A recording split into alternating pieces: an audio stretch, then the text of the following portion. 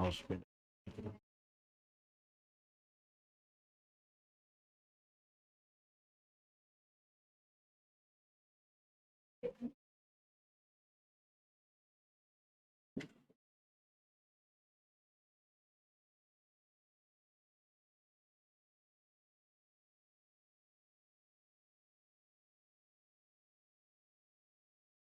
Auzubillahi minasyaitonir rajim. Bismillahirrahmanirrahim. Assalamualaikum warahmatullahi wabarakatuh. Innal hamdalillah nahmaduhu wa nasta'inuhu wa nastaghfiruh wa na'udzu billahi min syururi anfusina wa min sayyiati a'malina. May yahdihillahu fala mudilla lahu wa may yudlil fala hadiya lahu. Asyhadu an la ilaha illallah wahdahu la syarika lahu wa asyhadu anna Muhammadan 'abduhu wa rasuluh. Allahumma salli wa sallim ala nabiyyina Muhammad wa ala alihi wa ashabihi ajma'in. Ya ayyuhallazina amanu taqullaha haqqa tuqatih wa la tamutunna illa wa antum muslimun. Ya ayyuhan nasu taqu rabbakumul ladzi khalaqakum min nafsin wahidah wa khalaqa minha zawjaha wa basa minhuma rijalan katsiran wa nisaa'a. Wattaqullaha alladzi tasaaluna bihi wal arham. Innallaha kana 'alaikum raqiba. Ya ayyuhalladzina amanu taqullaha wa qulu qawlan sadida yuslih lakum a'malakum wa yaghfir lakum dzunubakum wa man yuti'illaha wa rasulahu faqad faza fawzan 'azima. Amma ba'du fa inna asdaqal hadits kitabullah wa khairul hadi hadi Muhammadin sallallahu alaihi wasallam wa syarrul umuri muhdatsatuha wa kullu muhdatsatin bid'ah wa kullu bid'atin dhalalah wa kullu dhalalatin finnar. Ma'asyiral muslimin rahimani wa rahimakumullah. Alhamdulillah summa alhamdulillah. Terima kasih pada Prof kita, Rais Tuan Haji Suhaib, dan begitu juga kepada semua yang ada ni. Mungkin nama saya tak berapa nak ingat, tapi pernah kita jumpa insya-Allah. Alhamdulillah pada petang ini kita dapat lagi sekali bertemu di sini, dan minta maaf kerana kelewatan. Sebelum saya sampai awal, tapi tu pusing-pusing tau macam mana. Saya ada ingat dah jalan tu, tapi bila masuk terlupa pula, terlepas ke lain apa semua. Nasib tak easy nak keluar balik dah, kata nasib boleh ni. Jadi ma'asyiral muslimin, pakai waste pun memang waste time juga. Saya tak berapa ingat ni, pandai sangat nak guna waste ni. Baik, ma'asyiral muslimin rahimani wa rahimakumullah. Tajuk yang kita nak bahaskan, Haji Syuaib kata bagaimana kita nak memaksimumkan pahala di bulan Ramadan. Itu tajuk yang diberikan. Jadi insya-Allah, belum kita nak berbicarakan tajuk ini, pertama sekali kita kena ingat, ya, kita selalu baca dalam surah Al-Fatihah. Dalam surah Al-Fatihah, di dalam mana disenaraikan dalam Al-Fatihah itu 3 golongan manusia. Ya, 3 golongan manusia. Siratal ladzina an'amta 'alaihim ghairil maghdubi 'alaihim waladdallin. Ya, Allah Taala kata orang yang telah diberi, mereka yang diberi nikmat, iaitu orang yang ada ilmu dan dia beramal dengan ilmunya. Tapi golongan yang kedua, ghairil maghdubi 'alaihim, bukan orang yang dimurkai. Siapa? Orang yang ada ilmu tetapi dia tak beramal dengan ilmunya. Waladdallin, dan yang ketiga, orang-orang yang sesat. Siapa? Iaitu orang yang tak ada ilmu tapi nak beramal. Ini orang yang sesat. Satu orang yang ada ilmu dan dia beramal dengan ilmunya. Inilah yang dikatakan para sahabat, mereka yang mendapat petunjuk daripada Allah Subhanahu Wa Taala. Tapi orang-orang ada juga yang ada ilmu, sebagaimana orang-orang Yahudi. Mereka ini ada ilmu, tapi mereka tidak beramal dengan ilmu mereka. Dan yang ketiga, orang yang langsung tak ada ilmu, tapi nak beramal. Ini waladdallin, seperti mana orang Nasara. Maka ma'asyiral muslimin, kita dah memasuki Ramadan ini mungkin dah berpuluh kali dah. Ya, mungkin Prof lebih lama pada saya. Saya muda lagi, baru 18. Prof dah 85. Jadi dia berbeza. Kalau dah umur 80, bermakna dia 80 tahun dah dia pernah bertemu dengan Ramadan. Ya, ikut umur kita berapa tahun kita hidup, maka itulah tahun kita bertemu dengan Ramadan. Dan insya-Allah kalau dipanjangkan umur, lagi berapa hari ini kita akan bertemu. Allah Ta'ala nak beri lagi kita bertemu, bermakna kita akan berhadapan dengan Ramadan lagi. Maka adakah kita berhadapan dengan Ramadan ini dalam keadaan 3 kategori ini? Kita sama ada an'amta alaihim, ghairil maghdubi alaihim waladdallin. Kita tak akan lepas daripada tiga ni. Maka sebab itu kita kena, yang pertama kita kena faham bagaimana kita nak menjiwai ataupun nak memasuki Ramadan Al-Mubarak ini. Maka kalau tidak, ramai orang semua bertemu dengan Ramadan. Tetapi kenapa tak sama? Sebab itu ayat mengenai Ramadan ini, ya ayyuhallazina amanu kutiba alaikumusyamu kama kutiba alal ladzina min qablikum la'allakum tattaqun. Di ujungnya tu Allah Taala la'allakum tattaqun, mudah-mudahan agar kamu bertakwa. Kenapa Allah Taala tak terus pasti kamu bertakwa? Kerana orang yang masuk Ramadan ini, semua orang akan melalui Ramadan. Sama juga semua orang akan melalui malam Lailatul Qadar. Tetapi dia sama ada dia betul mendapat Ramadan itu, dia menjadi orang yang bertakwa ataupun tidak, tertakluk kepada tiga grup tadi.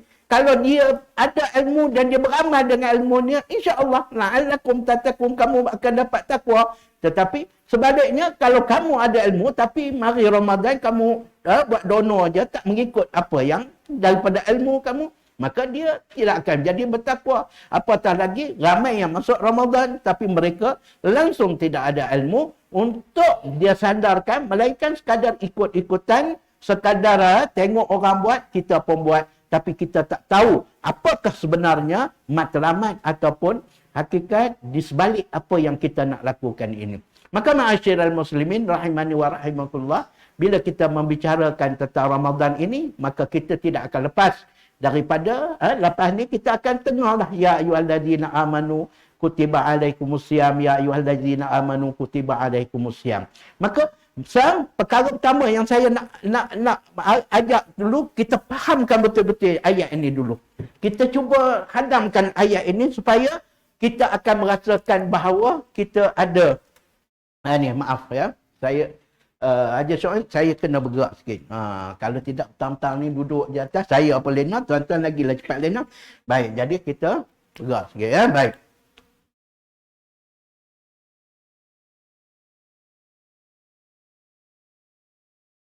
Okay.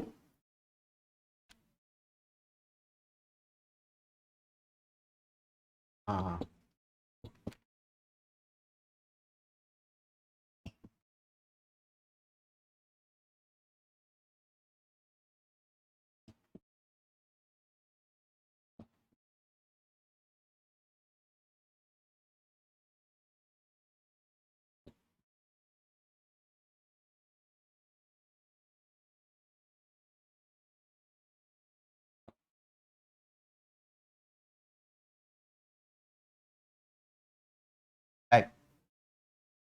Okay. Dalam Quran, ya, daripada ayat 183 ya sampai 187 ini membicarakan tentang puasa.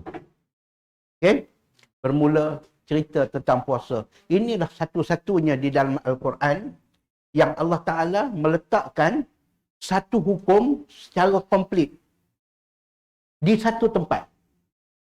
Adapun kalau kita baca hukum-hukum yang lain, perintah-perintah yang lain, dia berterabur. Ya, dia letak merata-rata. Okay? Dia mari kat sini satu, mari kat sana satu. Tapi di dalam bab puasa, Allah Subhanahu Wa Taala sebut dari awal. Apa dia puasa, apa matlamat puasa, bila nak puasa, siapa yang wajib puasa, siapa yang boleh berbuka puasa, apa yang jangan buat bila berpuasa, dan semuanya itu diletakkan. Kalau orang ni tak puasa, apa dia patut ganti, apa dia patut buat, semuanya dirangkumkan dalam satu tertib yang tersusun. Okey, berbanding dengan zakat. Zakat dia cerita ni, aqimus salat wa atuz zakat. Saat mari zakat ni duduk tak sana, zakat ni duduk sana, ya, zakat haiwan berapa banyak duduk kat sana. Begitu juga dalam bab puasa, solat pun dia cerita aqimus salat wa atuz zakat. Cuma cerita solat ni kau peliharalah solat, waktu-waktu solat, terutama solat yang tengah, begitu saja. Menceritakan tentang solat ini, Nabi akan buat mari mengenai hadis-hadis, riwayat-riwayat mengenai solat.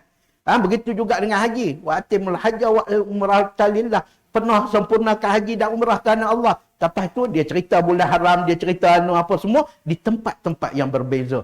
Tetapi kalau tengok mengenai puasa, maka dia susun ya, dengan tertib yang tertentu. Dan kalau kita tengok surah yang mengenai puasa ini, ya, dia menariknya selepas dia sebut mengenai ayat 183, 184, kalau nanti boleh tengok 185, tiba-tiba dalam 186 Allah Taala sisipkan satu perintah lain. Ya, 186 Allah Taala masukkan pula perintah satu cerita lain. Tetapi cerita ini kalau kita faham, dia amat menarik. Kenapa Allah Taala sisipkan? Dia mengenai cerita puasa 183, 184, 185, tapi 186 Allah Taala sebut wa idza sa'alaka ibadi anni fa inni qarib. Mari cerita mengenai doa. Mari cerita mengenai doa. Sedangkan ni dok cerita mengenai puasa, tapi Allah Taala selipkan di dalam, sisipkan masuk di dalam ayat ini. Maka dibicarakan, dihuraikan ulama mufassirin membicarakan kenapa, apa dia punya tujuan Allah Taala mensisipkan ayat ini. Dan mengenai perintah berdoa ini, Allah Taala jawab berbeza dengan perintah-perintah pertanyaan-pertanyaan yang lain. Nanti kita akan tengok supaya lepas ini kita akan nampak, oh gini gambaran Ramadan, gambaran puasa yang kita nak masuk. Patutnya. Lepas itu barulah Allah Taala yang menarik pula. Selepas 187 Allah Taala marikan balik perintah berkaitan dengan puasa, yang boleh buat, yang tak boleh buat dalam puasa.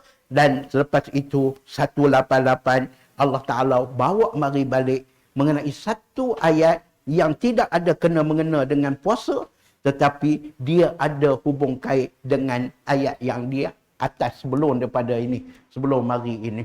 Ya, tiba-tiba mari wala ta'kulu amwalakum bainakum bil batil. Jangan kamu makan harta di kalangan kamu dengan cara yang batil. Apa kena-mengena dengan perintah awal duk cerita-cerita mengenai puasa, tiba-tiba Allah Taala masuk satu tajuk yang baru. Tetapi tajuk yang baru ini adalah sebagai satu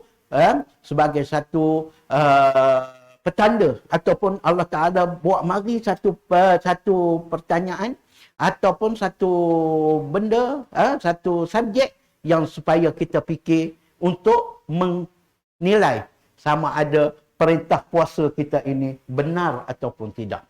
Itulah menariknya surah yang disusun ini. Jadi sebab itu sebelum kita nak tengok apakah amalan yang boleh kita buat bagi maksimumkan pahala di bulan Ramadan ini, kita kena tengok dulu satu gambaran Allah Taala beri mengenai puasa di dalam 183, 187 Al-Baqarah. Baik, mari kita tengok sedikit. Bukan nak kelas ini, bukan kelas tafsir, bukan kelas tadabbur, tapi dia menghala ke arah itu. Sebab kalau tak faham yang ni, itu yang kata tadi, ada orang yang beramal, kenapa dia berkata malas bila nak mari Ramadan, dia berkata tak selera. Kenapa bila mari Ramadan, dia masih tak ada mood untuk nak ni apa semua. Kerana mungkin yang pertama, kerana dia tidak memahami tentang ayat yang Allah Ta'ala berikan kepada dia. Baik, mari kita tengok. Bismillahirrahmanirrahim. Ya ayyuhalladzina amanu. Ya ayyuhalladzina amanu. Sekarang ini Allah Taala panggil wahai orang-orang yang beriman. Maknanya Allah Taala panggil siapa? Kita lah. Allah Taala sedang berbicara dengan kita. Ya? Bila kita baca sampai ayat ni, oh Allah Taala panggil aku. Itu sebab Ibnu Mas'ud kata, bila kau dengar mengenai harfun nida ni ataupun ayatun nida ni, ayat seruan memanggil, sama ada ya ayuhan nas, ya ayyuhalladzina amanu, itu adalah harfun nida, ayat yang memanggil. Ya, bila panggilan, kata di Ibnu Mas'ud, bila dipanggil ya ayyuhalladzina amanu, kau pasang telinga, kau dengar betul-betul, kerana selepas ini mesti ada perintah untuk kamu laksanakan ataupun larangan untuk kamu jauhkan. Maka selepas daripada ini mesti ada perintah ataupun larangan. Maka sekarang ini Allah Ta'ala panggil, ya ayyuhalladzina amanu. Hai, dia panggil, wahai Haji Syuib. Ya, kalau pak kita panggil, Syuib. Bermakna, lepas itu mesti dia nak suruh apa. Ataupun dia nak harap ke apa, jangan ke apa, larang. Ya, begitu juga. Apa dia, kita. Sekarang ini Allah Ta'ala sedang direct bercakap dengan kita. Ya, Kena kata, ya ayyuhallazina amanu ni kita. Ya, tukarkan nama itu, wahai Salamah ataupun wahai Maimunah. Akulah ni. Ya, maka Allah Taala kata kutiba alaikumusiyam. Kutiba. Ya. Kutiba. Di sini alaikum musyam. Baik. Kenapa Allah SWT menggunakan perkataan kutiba? Kenapa tak gunakan katabah? Okey? Katabah telah menulis. Tapi di sini difardukan sebab ada alaikum ni kita kata diwajibkan, ya. Kita masukkan diwajibkan. Tetapi kenapa Allah Taala menggunakan kitab ini kutiba? Ya, digantikan ini dengan kutiba. Ini sikit pergi bahasa Arab. Ini ayat pasif. Ya, di mana pembuatnya hilanglah. Ya, diwajibkan. Kalau kataba, lepas ini dia kena cerita siapa yang menulis. Kataba Muhammadun ar-risalah. Contohnya, telah menulis Muhammad akan surat. Siapa yang menulis? Muhammad. Muhammad buat apa? Menulis. Tulis apa? Surat. Tetapi apabila digantikan kutiba, hilang Muhammad ni. Kutiba risalah. Telah ditulis surat. Siapa yang menulis? Maka di dalam ayat ini pun Allah Ta'ala tengok. Dipardukan, diwajibkan. Siapa yang mewajibkan?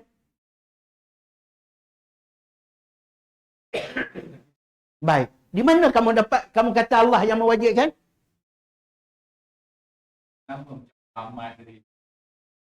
Aha.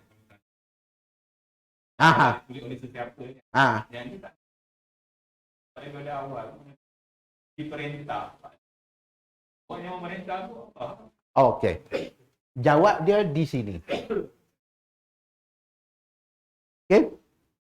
Okey? Itu yang jawabnya duduk di sini. Okey? Apabila kata dipardukan atau diwajibkan kepada kamu, Allah Ta'ala tak perlu cerita, aku yang mewajibkan. Kerana yang aku panggil kamu orang yang beriman. Bila orang yang beriman, ya, otomatik, ya, bila dikatakan dalam Al-Quran dipardukan, maka siapa yang mempardukan? Orang yang beriman, dia tidak akan tanya siapa yang mempardukan lagi. Kerana kita dah tahu ini adalah wahyu Allah, kalamullah, maka dia lah. Betul kan? Itu faham dia. Maka yang kedua, ya, yang kedua, apabila Allah Taala buangkan perkataan itu, disebutkan ya ayyuhallazina amanu, orang yang beriman dia tahu semua hukum yang boleh buat hukum ni hanya Allah je. Makhluk manusia tak ada hak layak, tak ada hak nak buat hukum, nak buat undang-undang, nak buat perintah. Kita makhluk ikut je perintah. Maka sebab itu Allah Taala tak perlu dia nak sebut kataballahu alaikumusiyam. Telah Allah Ta'ala perdukan kepada kamu berpuasa. Allah Ta'ala cukup kata diperdukan ke atas kamu berpuasa. Siapa yang memperdukan? Orang yang beriman faham. Makanya apabila kamu dah faham ini perintah daripada Allah, maka kamu kena ambil berat. Okey? Macam saya kata tadi, bila bapak kita panggil, right? Pergi kejap beli sayur, beli cili. Bermakna, kita tak boleh kata, oh Allah, akik aku je. Mari pula nak kena pergi kedai pula. Tak ada dah. Itu kalau pak kita. Kalau bapak pun, kita menolak itu dalam keadaan kita macam tak ni. Bermakna, kau tu anak yang tak baik. Apatah lagi perintah Allah. Kamu nak mari Ramadan, tiba-tiba kamu kata, Allah leceh lah. Tinggal 2 minggu dah. Ya? Kenapa lah cepat sangat? Tak boleh tu. Banyak extend sikit, lambat sikit, postpone ke apa ke. Ya? Tak boleh ke? Jadi kita tidak ada. Ya? Ini perintah. Jadi bila orang itu faham makna kutiba ini, makna perintah ini, maka dia tidak akan tidak akan reject dan dia rasa ini adalah perintah yang agung. Sebab itu, ya, surah Al-Baqarah atas pada ini, atas satu ayat di atas dia je, perintah mengenai suruh kita, kutiba alaikum, idza hadara ahadakumul maut, suruh kita berwasiat. Atas sikit lagi, suruh perintah, kutiba alaikumul qisas. Suruh qisas. Qisas untuk masyarakat. Wasiat untuk keluarga. Mari yang ketiga, untuk diri sendiri. Maka, bila kita faham ini, kutiba alaikumus siyam, dipardukan kepada kamu berpuasa, kama kutiba alal ladzina min qablikum, sebagaimana diperdukan kepada orang sebelum, maka kita kena tahu bahawa puasa bukan ibadat baru, tapi puasa adalah ibadat yang dah ada sejak dulu, dan tujuan berpuasa ialah la'allakum tattaqun. Kenapa dikatakan selapa seperti orang-orang dulu? Orang dulu. Maka sebab itu, bila Nabi mari, Nabi membawa puasa, tetapi Nabi bawa puasa dalam bentuk yang berbeza dengan yang dulu. Okey? Sebab itu, Nabi buat mari perintah puasa. Tapi syariat puasa Nabi tak sama dengan syariat puasa dulu. Okey? Sebab itu Nabi kata, taslu baina siyamina wa siyabul ahlil kitab bi'aklatus sahur. Yang membezakan puasa kita dengan puasa ahli kitab dengan ambil sahur. Dengan makan sahur. Kerana ibadat ini, puasa ini dari dulu pun dah ada. Tetapi Nabi bila mari, Nabi tak menggunakan syariat yang dulu. Maka syariat puasa tu ada, tapi cara pelaksanaannya Nabi bawa syariat baru, di antaranya mesti makan sahur. Orang dulu sebelum tu awal-awal umat Islam pun berlaku kerana mengikut syariat yang awal, mereka berpuasa, berbuka saja, masuk isyak saja, dah tak boleh makan lagi dah. Ya, nak makan bila? Anulah, malam hari maghrib pula lah berbuka boleh. Maka sebab itu Nabi mari, Nabi kata yang membezakan puasa kita dengan puasa ahli kitab dengan makan sahur. Jadi itu beza kita. Jadi orang yang tak makan sahur bermakna dia masih mengekalkan syariat yang lama. Bukan makan sahur. Dan Nabi cerita sahur tu sebaik-baik sahur tu berkat. Dan Nabi suruh makan waktu sahur tu iaitu waktu bukan subuh. Dekat dengan subuh. Bukan pukul 12 malam, pukul 1 balik tarawih apa semua. Lantak tu. Lepas tu cerita dah. Jangan tegak lah. Abang malam dah. Abang dah sahur dah. Itu bukan sahur. Okey? Jadi sebab itu kita kena faham yang ni dulu. Maka bila kita buat, kita dah faham kok mana pun kita akan buat. Oh, kalau aku tak ambil sahur, bermakna aku mengikut syariat yang dulu. Okey? Baik. La'allakum tattaqun. Saya kata tadi, la'alla ini terpulang pada seorang sejauh mana dia beramal dengan ilmu dia, ataupun dia buat tanpa ilmu, ataupun dia meninggalkan ilmu dia. Inilah yang menentukan tattaqun. Nampak tu? Jadi sebab itu, kita kena mengilmui bagaimana cara nak berhadapan dengan Ramadan Al-Mubarak ini. Baik. Setakat itu boleh? Boleh faham ya? Dah orang sini semua orang pandai. Ya, yang ni tak payah. Okey, baik. Ya. Jadi, dah.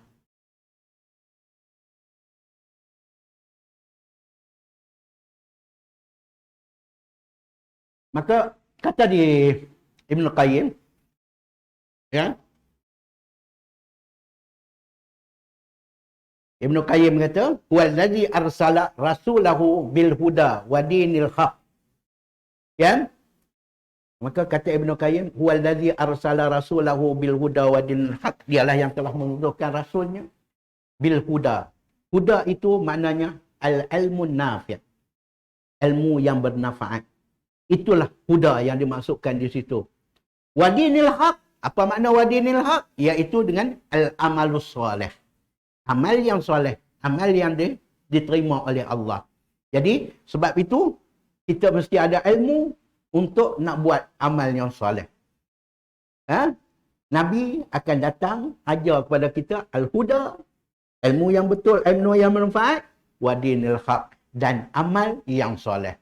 Makanya, kita kena bersedia dengan ilmu, dan selepas itu kita kena beramal dengan ilmu yang kita ada. Ilmu yang bermanfaat tadi.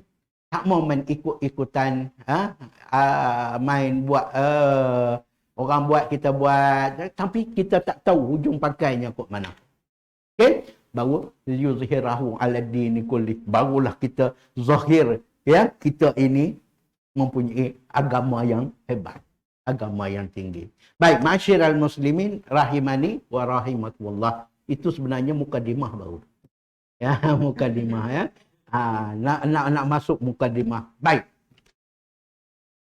Sahabat-sahabat, ya, mereka bila mari Ramadan, mereka bersedia, tak sabar menunggu Ramadan. Kerana apa? Kerana mereka dah dilatih oleh Nabi, dibentuk oleh Nabi SAW dengan ilmu yang secukupnya. Jadi mereka tak sabar untuk nak mengamalkan Ramadan, ilmu tersebut. Ya, mereka tak sabar, dan bila mereka beramal, mereka akan seronok. Sebab itu mereka, Allah Taala dah dijanjikan, ya, wa'adallahul husna. Allah Taala dah janjikan pada mereka syurga yang terbaik. Mereka dah layak untuk memasuki pintu Ar-Rayyan. Ya, pintu Ar-Rayyan yang sediakan untuk mereka, mereka dah layak masuk. Maka apakah silibus yang disusun oleh Nabi, ya, kepada para sahabat? Okey, petang ni kita nak tengok silibus apa? Sebab Haji Suhaib cerita mengenai apakah amalan bagi memaksimalkan pahala Ramadan. Maka kita kena tengok bagaimana Nabi mendidik para sahabat. Apa silibus dia? Apa kurikulum dia? Apa dia punya aktiviti yang menyampaikan dia orang itu boleh dapat la'allakum tattaqun tadi. Maka kita kena belajar daripada mereka lah. Okay? Baik. Sampai ke berapa Haji Syuib? Ya? Oh, 45. Okey. Pukul 5 kita panjangkan. Okey. Baik. Saya nak bawa pergi silibus. Nanti tolong ingatkan saya.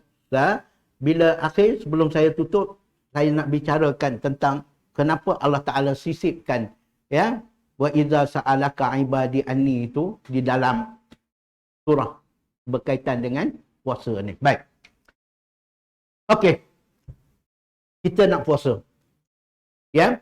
Ditakdirkan malam apa besok, 12 hari bulan, hari apa? Ya, di hari Selasa ke, hari Senin ke, hari Selasa lah. Biasanya tengok anak bulan tak nampak. Hari Selasa, tengok raya boleh nampak. Bulan puasa ni dia lewat sikit. Baik, tak nampak. Katalah hari Selasa. Ya, maka kita memulakan malam Ramadan kita. Okey, jadi kita akan ambil daripada malam tersebut, malam mula bersahur tu. Okey, malam mula kita nak bersahur tu.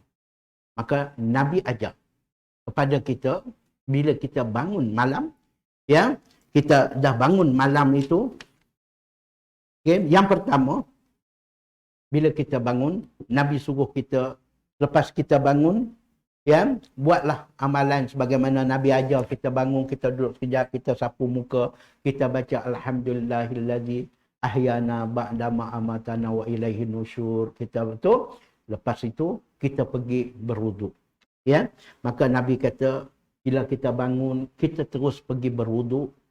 Ya, waktu itu syaitan akan lepas satu ikatan daripada kita. Jadi, kita kena didik diri kita. Bangun-bangun, pada waktu malam nak ni tu, bangun terus. Ajar diri kita dan anak kita. Pergi wuduk. Sebab Nabi kata, orang yang bangun, dia pergi je ke bilik mandi. Jagalah hadap masuk kira apa semua tu, jagalah. Nabi suruh basuh tangan apa semua. Lepas tu Nabi suruh wuduk. Bila orang itu bangun, dia baca doa. Terlepas satu ikatan. Tadi kita baca doa. Lepas tu masuk bilik mandi, ambil wuduk. Terlepas ikatan yang kedua. Dan yang ketiga, bila kita pergi salat, sekurang-kurangnya 2 rakaat, maka terlepaslah 3 ikatan. Kamu akan jadi orang yang fresh, orang yang segar. Ya, besok kamu akan kuat. Syaitan tidak akan dapat ganggu kamu lagi. Maka benda ini yang ditanam kepada sahabat. Sahabat buat benda ni. Okey, bangun latih. Kita bangun-bangun pergi cari-cari nak jarang air, tekan switch, ya, lepas tu ada apa semua. Dak.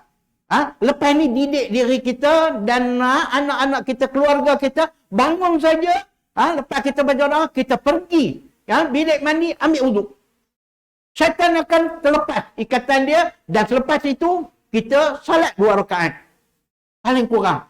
Kalau kita belum solat lagi, belum qiyam, itu kita boleh bicarakan lain. Tapi kalau dah tadi dah kita dah qiyam dah, kita dah tadi dah solat tarawih, dah solat witir dan sebagainya, cukup solat 2 rakaat sebagai tahajud. Kita bangun solat 2 rakaat.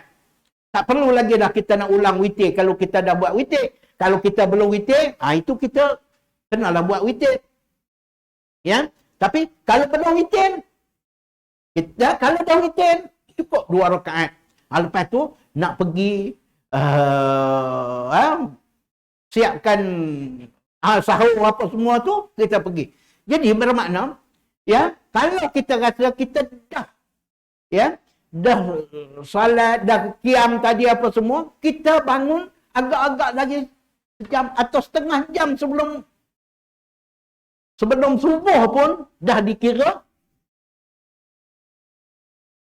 cukup dah. Maknanya, ya, takut nanti kita kata ni. Maksudnya, kita bangun tu, kalau perempuan mungkinlah dia nak masak apa semua, mungkin sejam. Dia bangun awal sikit, sejam. Tapi, jangan buat yang benar lain tu. Buat yang ni dulu. Ini silibus dia. Buat yang ni dulu. Okey, itu yang pertama. Bangun, bersiap. Solat. Yang tak boleh solat tu lain ceritalah. Tapi yang boleh solat, solat 2 rakaat sekurang-kurangnya. Ya, tahajud. Kalau nak lebih, tak apalah. Tapi macam saya kata tadi, paling kurang. Sebab Nabi kata bila dia dah solat je, syaitan dah terlepas daripada diri dia. Okey, satu. Yang kedua. Ya, yang kedua, ya, kata dia, Nabi ajar pula, lepas dia solat 2 rakaat, kalau dia belum witir, dia witir. Dan yang kedua, dia berdoa.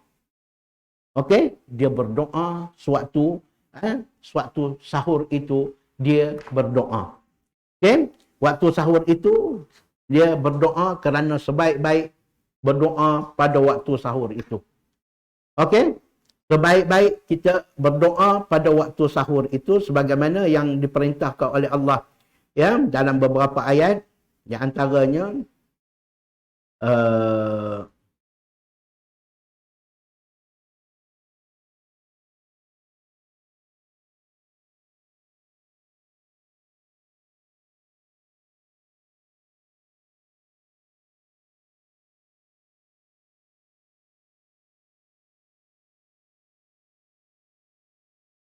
baik. Bila suruh berdoa, Allah Ta'ala suruh sebut sendiri apakah doa yang perlu dibaca. Okay? Baik, doa yang diajar boleh kita tengok di dalam surah Ali Imran ayat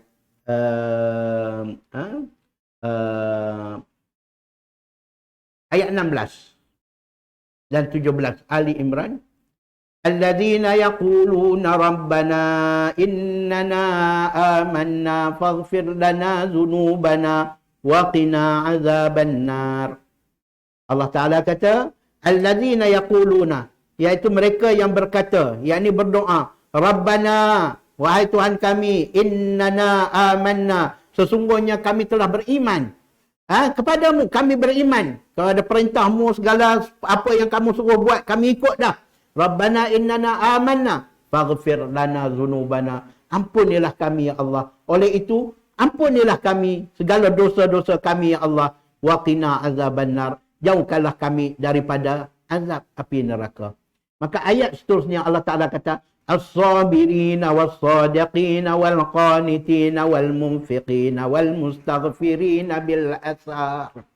Ya, maka Allah Ta'ala kata, inilah orang yang sabar, orang yang siddiq, orang yang teguh, orang yang taat, orang yang sentiasa menginfakkan, dan orang yang wal-mustaghfirina bil-ashar, orang yang mereka ini telah pun beristighfar pada waktu sahur. Okey? Itu doa tu. Hmm. Lepas Ah. kata Terus sebelum bersahur, tengah bersahur, ada Baik, tak kisah. Bila kita dah bangun, kita dah jaga, jangan tinggal doa ni. Yang saya nak ceritanya, ini dibat jangan tinggal. Ya, kena minta. Sebab ayat ni kata, inilah tanda-tanda orang sabar, orang taat apa ni, bila dia istighfar, mohon keampunan pada waktu sahur. Jadi waktu sahur ni, jangan tinggal doa ni. Ha? Rabbana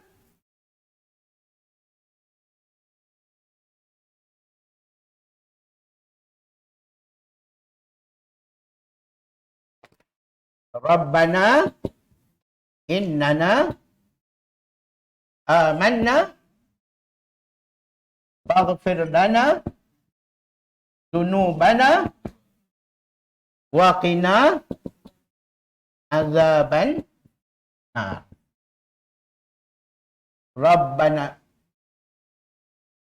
Rabbana innana amanna faghfir lana dzunubana wa qina azaban. Baik, baca itu. Okey? Ya. Boleh tak kisah. Lagi waktu sahur. Wa bil asharihum yastaghfirun. Pada waktu sahur mereka beristighfar. Pada waktu sahur tu kita kena beristighfar. Di antaranya boleh kita astagfirullah la ilah. Tapi Allah Taala cerita kamu minta yang ni. Jadi jangan tinggal yang ni. Yang lain astagfirullah ka Allah tak kisahlah apa-apa doa istighfar. Tetapi apabila Allah Taala buat mari satu doa yang ni, patutnya jangan tinggal yang ni. Istighfar yang lain boleh. Waktu duduk saja ke apa semua. Tapi yang ni, Rabbana innana amanna faghfir lana. Ini bukan tunggu dalam waktu bulan Ramadan saja sebenarnya. Hanya malam. Bila kita bangun kejap, sebelum kita tu keluar apa semua, sambil kita duduk bersiap apa semua tu, Rabbana innana amanna faghfir lana dzunubana wa qina azabannar. Sambil kita duduk bangun, duduk ni apa semua, duduk pakai kain ni apa semua tu, kita dah boleh dah baca yang ni. Itu satu. Okey, yang kedua, ya. Yang kedua,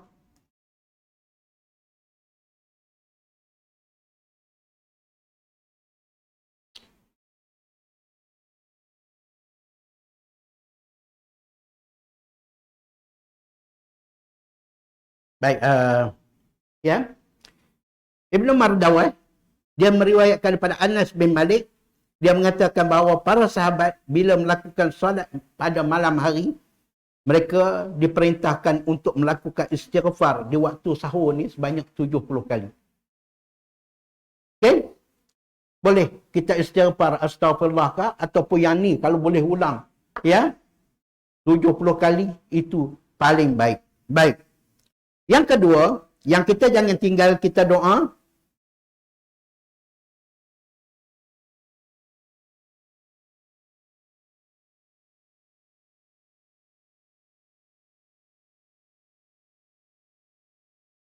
Rabbana srif anna azab jahannam inna azabaha kana gharama. Rabbana srif anna azab jahannam inna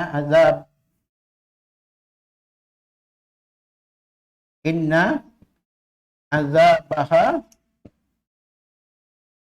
kana gharama.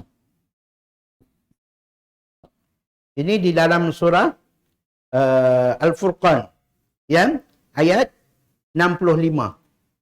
Al-Furqan 65. Jumpa. Okey, ini di antara ciri ibadur Rahman. Okey, ciri ibadur Rahman kan disebut di antara 10 ciri-ciri ibadur Rahman ini Allah Taala sebut.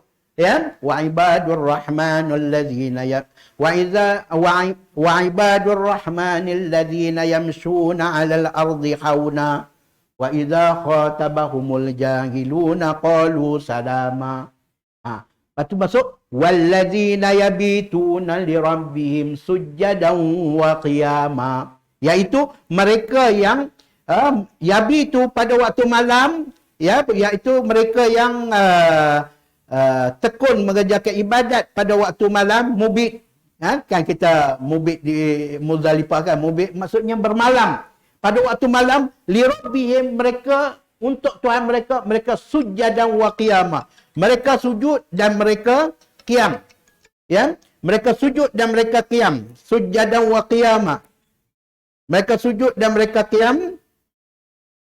Ya, maka wallazina yaquluna rabbana asrif. Mereka berkatalah. Maknanya waktu qiyam itu mereka kata apa? Rabbana asrif anna azab jahannam. Inna azabaha kana gharama. Jadi pada waktu qiyam mereka, pada waktu mereka qiyam tu, mereka tak tinggal di antaranya doa ini. Rabbana srif anna azab jahannam. Dan juga mereka berdoa dengan berkata, wahai Tuhan kami, sisihkanlah azab daripada kami, daripada azab, daripada neraka jahannam. Sesungguhnya azab siksa itu adalah mengerikan. Okey? Jadi minta kepada Allah, Rabbana srif anna azab jahannam. Okey? Jadi di dalam kita punya tadi itu ada ini. Tadi doa yang ni kan?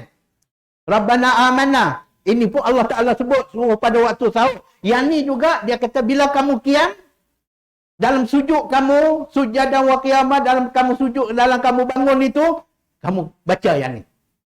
Jadi ini perintah. Jangan kita tinggal. Okay? Boleh.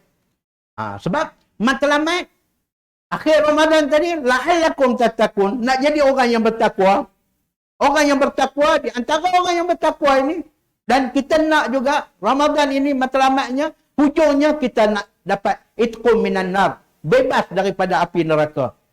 Jadi di antara doa-doa dia memang doa bebas daripada api neraka. Okay? Boleh, Prof? Boleh, Alhamdulillah. Ya? Sebelum ni silibus kita masuk tak yang tu? Tak ada. Tak ada apa lah ni. Tahun lepas, tak panggil. Tahun lepas Haji Suhaib tak panggil. Dia panggil tong balik sana.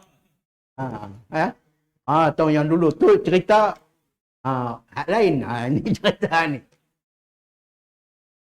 Okey. 2. Benda ni.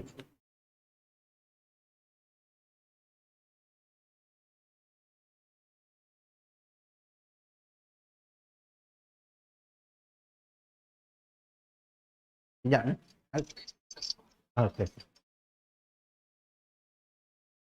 Baik.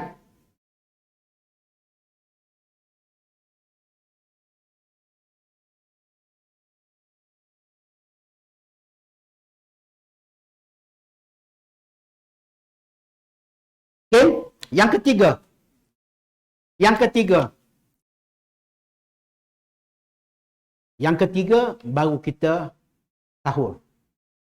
Ya, baru kita bersahur. Bila kita rasa dah hampir-hampir. Sahabat tanya berapa lama Nabi bersahur, di antara Nabi bersahur dengan subuh, dia kata kira-kira 50 ayat. Maknanya pendek saja. Waktu sahur dengan subuh tu dah hampir sangat. Ya, tapi kita ni sebab nak makan hebat kan. Jadi tak apalah. Tengah jam awal ke apa ke. Tapi jangan awal sangat. Itulah waktu yang sebaik-baik. Ya, sahur ialah diakhirkan, dilewatkan. Berbuka, diawalkan. Itu sebaiknya. Maka waktu sahur ini, dan Nabi kata, baik, khairus sahur alal mu'min at-tamru. Ya, sebaik-baiknya sahur bagi seorang mukmin ini ialah tamar. Ya, bila berbuka kita tahu kan, berbuka dengan tamar. Dengan boleh tamar yang baru muda tu kan, rutab. Tak ada rutab baru tamar. Kalau tak ada baru air. Tapi bersahur ini Nabi kata sebaik-baik sahur ialah dengan tamar. Maknanya tamar ni maksud yang dah kering macam kita tu lah. Maka jangan tinggal. Sebab Nabi kata itu yang paling baik. Ya, masalah nak bersahur dengan ikan masin, pekasam apa semua tu hampa punya selera lah. Tapi jangan tinggal. Bila Nabi kata sebaik-baik seorang mukmin ini, bila bersahur dia kena makan tamar, maka kita makanlah tamar. 3-5 biji ke? Ya, dalam bab minum makan tamar ini Nabi suka makan yang ganjil. Ya. Jadi kalau kita ambil satu pun boleh. Kalau dah ambil dua, bubuh bertiga. Sebab Nabi suka makan tamar ini dalam bentuk ganjil. Nabi kata barang siapa yang mengekalkan 7 biji ajwah setiap hari, terlepas dia daripada sihir. Daripada sihir lah, ataupun jin setan ni. Maka Nabi akan sebut 3 biji, 7 biji. Nabi suka macam tu. Jadi kita pun boleh. Tapi anak-anak kita, saya tak cakap anak orang lah. Anak saya punya memang payah nak makan tamar. Cukup tak suka. La ilaha illallah. 1 biji tu, belah 2 tu. Tu pun tak berapa nak habis. Belah 2, dia kongsi dengan adik dia. Ya? Jadi kita kena buat. Kerana sahur dengan tamar ini adalah sunnah. Dan Nabi kata, sebaik orang mukmin bila bersahur, tamar. Ya, jadi nak beri sedap tu belilah tamar majbul ke apakah yang elok sikit lah kan. Tamar yang kilo RM3 tu janganlah kita lalu nak makan bagi-bagi. Jadi yang sedap sikit, yang agak sikit.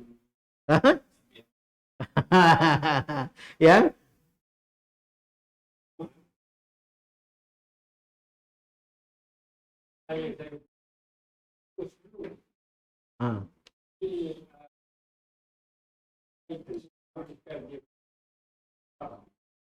Pertama ni, kita jumpa kata, ya haji ni itu bukan ni tampak pakai skop.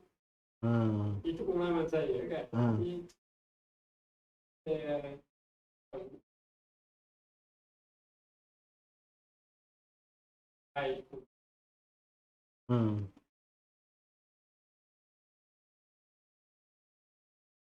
Tinggal dulu. Kurang. Wallahu alam, saya tak jumpa. Cuma Nabi bila sebut tamar dan sahabat-sahabat ataupun riwayat-riwayat yang menceritakan bila mereka makan tamar ini, yang pertama ialah sama ada mereka makan rutak. Rutak ni maksud dia ambil segar. Ambil daripada pokok, terus makan. Tapi kita rutak ni boleh sekarang ni banyak kan jual. Kalau tak ada rutak tu kita boleh basuh. Sebagaimana kita makan apple apa semua, tak ada pula kita steam. Ya, kita terus basuh saja. Jadi rutak. Cuma tamar ini maknanya benda yang dah dikeringkan dan tamar ini sebenarnya dia untuk buat tamar tu, dia sebenarnya dia dah rebus dulu tau. Tamar yang lembik tu, dia dah rebus dulu. Di tempat dia rebus. Dan setengah tu dia, kadang kita rasa kenapa manis lah dia. Memang dia rebus, dia celup dengan air gula. Air gula yang manis tu. Tak percaya balik cek dalam YouTube ke apa, bagaimana mereka proses tamar yang jadi dah tu. Mereka bukan dijemur boleh kering gitu dah. Dia akan direbus. Lepas dia rebus, barulah dia akan ini. Tapi tahulah kan dia orang atas lepas rebus tu buat macam mana nak sampai ke kita. Jadi kalau abang kata rasa tak berapa ni, nak kenakan kukus semula tu, itu terpulang pada tu. Cuma yang para sahabat apa semua, mereka makan yang muda, yang baru segar, ataupun yang dah direbus itu, yang dah tapi disimpan dia orang tu yang dia orang tahan lama. Sebenarnya. Dan yang ketiganya, macam abang kata tadilah, kalau tak ada juga, nak buat macam mana, kalau tak ada tamar, Nabi sahabat minum air. Jadi, kita bolehlah, kalau kita ada tamar, cumanya saya lebih suka. Lebih sukalah, kalau boleh, kita cari tamar yang mahal-mahal sikit tu. Itulah. Jadi, bila yang mahal tu, dia tak melekit tu. Dia tak tu, jadi kita boleh basuh begitu saja. Dan yakin serah kepada Allah Subhanahu Wa Taala lah.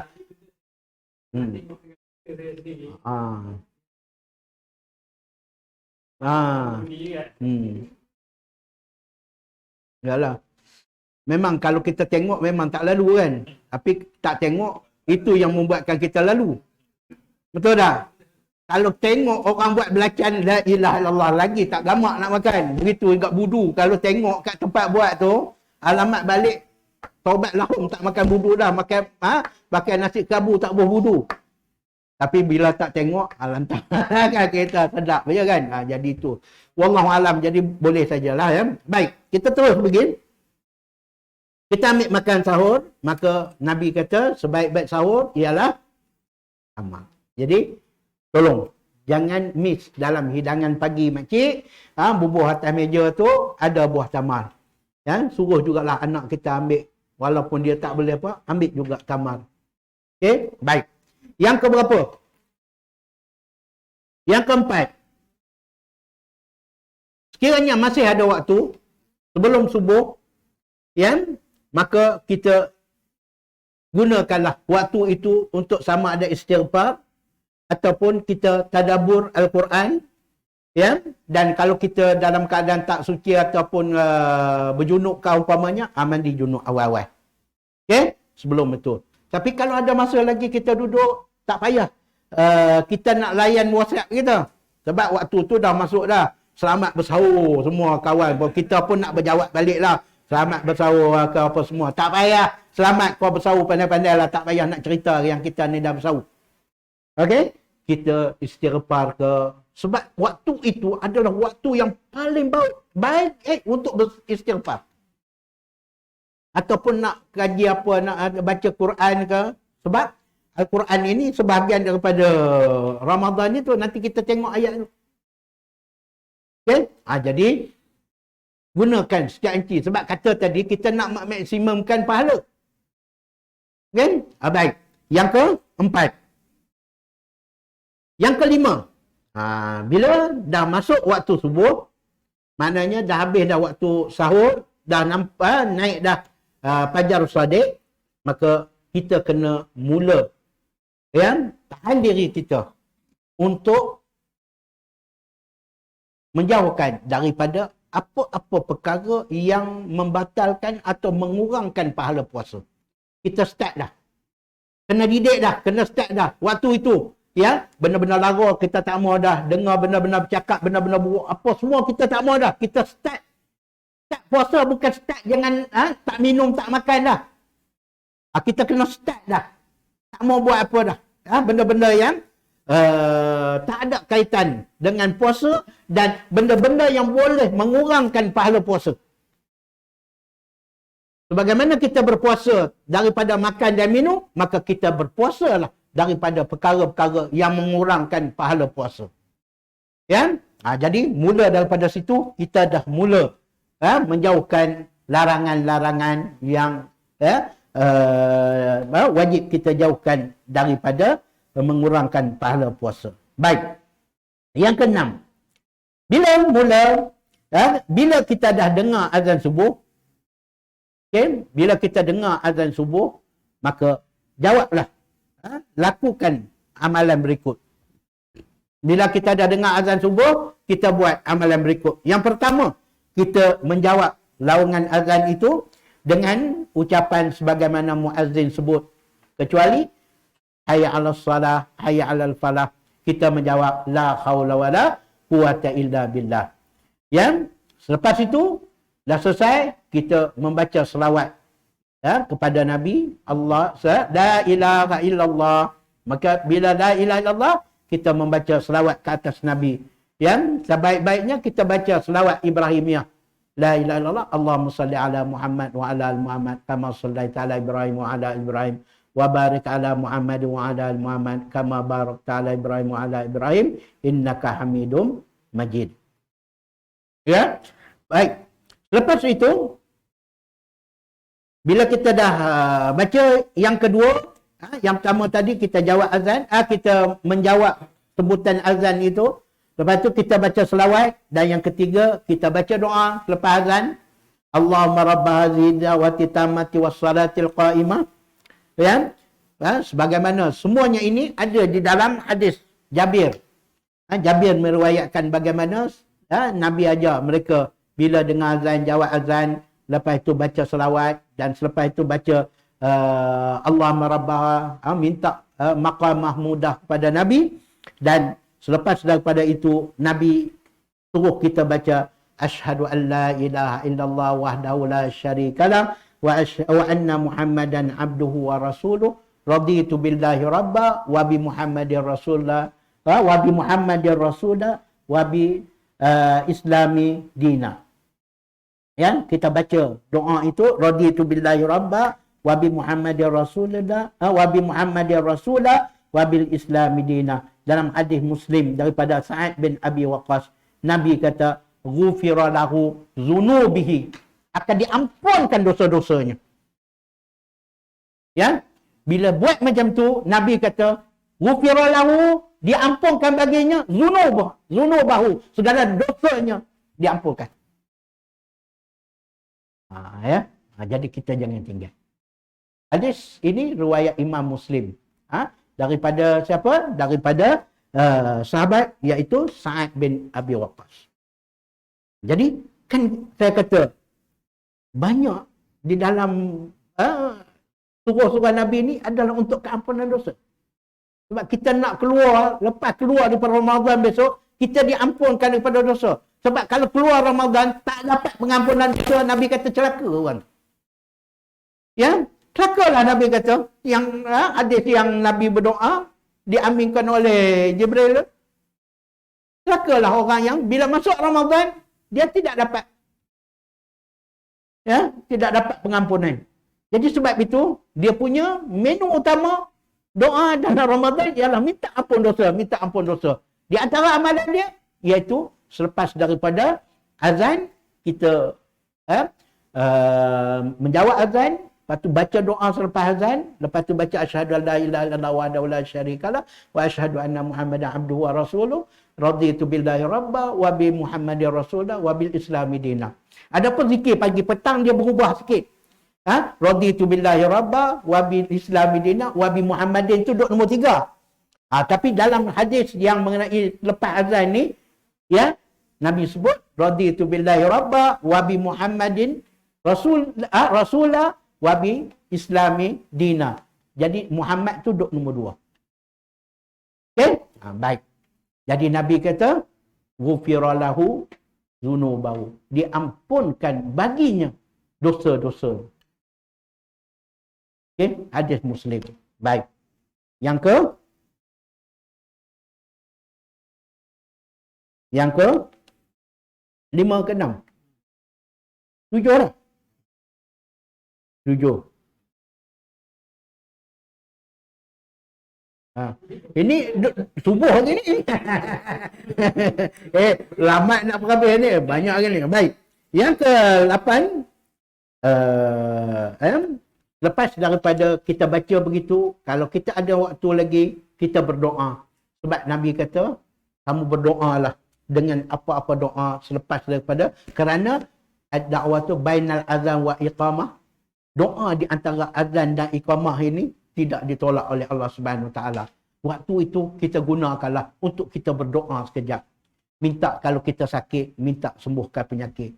Kalau kita ni ada masalah ke apa, kawan kita ada masalah ke apa, kita selitkan doa-doa. Ataupun paling elok sekarang ini, sebelum itu kita doalah untuk Palestin. Itu tempat yang paling elok kita berdoa. Untuk sahabat-sahabat kita di Palestin sana, kita minta mereka ini diberi keamanan, diberikan keteguhan, diberi kesabaran, diberikan kesyuhadaan kepada mereka itu. Jadi doa waktu itu.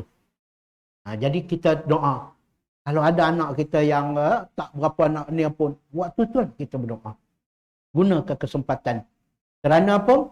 Kerana itu waktu yang makbul doa, terutama pula ditambah dengan Ramadan. Nanti saya nak bicarakan mengenai doa. Kenapa dimasukkan doa, perintah berdoa itu di dalam ayat mengenai puasa. Jadi dia punya umnya tu bertambah. Dia punya apa? Power dia tu berdoa pada waktu sahur satu, lepas waktu subuh, waktu di antara azan di iqamat tu satu, waktu Ramadan pula satu. Jadi dia punya apa? Multiple ke, triple ke, apa-apa semua ada. Okey, baik. Lepas daripada itu, yang ke-8, salat Sunat fajar 2 rakaat. Ya. Ini kita tahu dah. Rakaatul fajri khairum minad dunya wa ma fiha. Ya. Solat 2 rakaat fajar itu lebih baik daripada dunia dan seisinya. Hadis Muslim. Hadis riwayat Muslim. Jadi jangan kita tinggalkanlah. Jadi ini bukan setakat pada Ramadan je, luar Ramadan pun. Ya. Saya terbaca kisah apa ni Anas bin Malik ya. Itu yang beza. Kita jauh dengan para sahabat ni. Anas bin Malik kan dia selepas daripada wafat Nabi dia keluar. Dia keluar meninggalkan bumi Madinah dan dia pergi ke Parsi. Ya. Maknanya sebelah-sebelah Iran sanalah. Ya. Dia pergi sana dan dia berada di Pustur. Dia berada di situ. Nama tempat tu Pustur. Dalam riwayat. Dan orang selalu, kadang-kadang orang tengok Anas bin Malik ni, dia kalau dia duduk saja, dia menangis. Ya, dia duduk saja, air mata dia keluar. Orang tanya dia, wahai Anas, kenapa kau menangis? Dia kata, aku ingat, dulu dia kata, satu masa, kami mengepung tentera-tentera Parsi ni, umat Islam mengepung selama 1 tahun untuk mereka nak hancurkan Parsi itu. Setahun mereka kepung Parsi itu. Sedangkan mereka 30,000. Parsi tentera dia 150,000. Tapi mereka bertempur menjaga 1 tahun. Dia kata sebelum kami berjaya. Selama makan 1 tahun. Tapi aku ingat dia kata satu hari aku waktu tu jaga mengawal sehingga aku tertinggal solat sunat fajar. 1 kali aku tinggal solat fajar. Maka sebab tu aku rasa sedih sangat. Tapi sekarang ingatnya sudah menangis dia. Padahal dia berjuang tu. Tapi tertinggal solat sunat fajar sekali pun menangis dia bila ingat. Kita bila sembahyang menangis kita sebab sembahyang. Bukan sebab tinggal. Tak buat. Jadi itu sahabat-sahabat. Nak ceritanya, mereka faham. Sebab bila Nabi kata, solat 2 rakaat je fajar ni lebih baik daripada dunia dan isi dia. Bagi dia tinggal tu, dia dah hilang dunia dan isi dia. Padahal dia bukan tu. Dan dia kata, aku hanya boleh buat selepas matahari tinggi. Dia kabur pula tu. Tu pun menangis lagi. Kita tak buat pun, seronok aja, tak pernah berkata nak. Allahu Akbar. Ini beza sahabat dengan kita. Maka, jangan tinggal. Kita buat solat 2 rakaat fajar. Jangan lebih, 2 rakaat saja. Baik. Seterusnya, bagi lelaki, seeloknya, solat subuh berjamaah di masjid. Bagi perempuan, terpulang. Kalau ada kemudahan, ada kelapangan, ataupun tidak menimbulkan apa-apa ni, maka boleh ikut turut pergi masjid. Tapi bagi lelaki, kok mana pun, kena pergi solat berjamaah di masjid. Ya, solat berjamaah di masjid, orang lelaki yang tak solat berjamaah, yang terutama isyak dengan subuh, maka Nabi kata, itu di antara ciri-ciri, di antara tanda munafik yang jelas. Ya, munafik yang jelas ialah mereka tidak solat berjamaah, terutama isyak dan subuh. Waliyazubillah. Ya, jadi cubalah diri kita untuk pergi solat berjemaah. Kita pun dah bangun dah lepas makan dah pun, ya, pergi solat berjemaah di masjid. Ya, siap dah siap kalau nak pergi kerja pun dengan pakaian tu pergi singgah masjid, kita solat berjemaah. Baik. Yang ke-10, yang ke-9. Baik. Kalaulah diizinkan, kita tidak ada kerja apa, sibuk-sibuk apa, maka kita terus jangan keluar daripada masjid. Duduk berada di masjid. Ya, kita penuhi dengan zikir pagi petang, zikir pagi. Lepas tu kita ataupun kita khatam Al-Quran, kita baca Al-Quran. Ya, sebab apa? Kita duduk di situ, kita nak tunggu sampai syuruk. Lepas naik matahari, lebih kurang 15 ke 20 minit, baru kita semayang sunat Isra'. Semayang sunat Isra', Nabi kata, siapa yang semayang, dia berjamaah di masjid dan dia tidak keluar daripada masjid sehinggalah syuruk dan sehingga dia solat 2 rakaat, maka Nabi kata baginya pahala haji dan umrah taman yang sempurna. Nabi janji itu. Nabi garanti dapat pahala sebesar pahala haji dan umrah. Nak pergi haji umrah lah ni 8,000 ke atas tu. Nak pergi umrah, haji lah ni beratus ribu kalau pergi sendiri. Maka kita duduk sekejap di masjid itu. Ya, nak kelang kabut, nak keluar, nak pergi kena kopi O pun, nak pergi mengetih pun puasa. Ya, nak balik rumah nak buat apa? Nak tidur, bukan waktu nak tidur. Ya, lainlah kalau yang kerja, dia kena pergi. Ini dah pencen dah. Haji Suib duduk di rumah. Nak balik, nak buat apa di rumah pun cucu pun tak ada.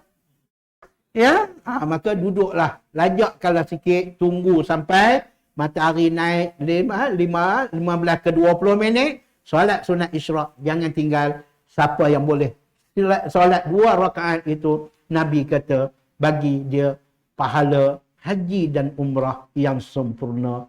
Nabi ulang 3 kali, sempurna. Apa lagi kita nak? Jadi, nakkan maksimum pahala ni.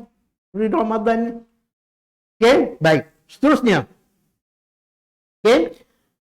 Dah habis. Lepas kita dah tinggal masjid apa semua, maka masa kita banyak. Bagi orang yang bekerja, teruskan pergi bekerja. Yang meniaga ke yang apa, teruskan meniaga. Jadi, kalau boleh, Ramadan ini, ya, kita tak meniaga pun, mari Ramadan nak meniaga. Itu pelik kita. Orang Arab, mereka tak meniaga apa pun, mari Ramadan tutup kedai. Sebab mereka nak cari. Tak apalah, kita yang meniaga ke kita yang bekerja, silakan. Ya, tetapi jaga. Bila kita pergi tempat kerja, kita pergi meniaga apa, elakkan daripada benda-benda, perkara-perkara yang lara, perkara-perkara yang mengurangkan pahala puasa kita. Ya, elakkan ribah, elakkan mengumpat, elakkan berdusta, elakkan mencaci maki, elakkan kata-kata yang lara, kata-kata yang keji, semua tu kita elakkan. Kerana apa? Kerana kita kena ingat kita sedang beribadat pada Allah Subhanahu wa taala. Baik, selepas daripada itu, kalau kita ada masa lagi, ya, solat duha. Adapun solat Isra' tadi dikira ulama kata itu pun di antara duha dah. Ya, tetapi sebaik duha pula Nabi kata apabila anak unta dia dah kepanasan, maknanya bila dah matahari dah panas dah. Maka kalau tadi kita buat 2, kita boleh tambah lagi, ya, sampai 6, tambah 6 lagi supaya jadi 8 rakaat. Sebab Nabi duha Nabi, elok Nabi kata 8 rakaat. Jadi kalau kita ada masa lagi, ya, makcik-makcik duduk di rumah, menyapu dah, basuh pinggan dah, lipat baju dah, tak ada apa lagi sementara nak tunggu Zuhur, takkan nak masak nasi tengah hari tak ada siapa nak makan dah, puasa. Maka tambah, boleh 6 rakaat lagi untuk lengkapkan duha. Ya, buat pahala duha. Pula. Yang ke-11, yang seterusnya lah, tak kira nombor berapa dah. Yang kita ada waktu luang, banyakkan berinteraksi dengan Al-Quran. Ya, mana-mana waktu luang yang kita ada lapang aja, buka Quran, baca ataupun tadabbur ataupun baca makna terjemahan. Okey? Lepas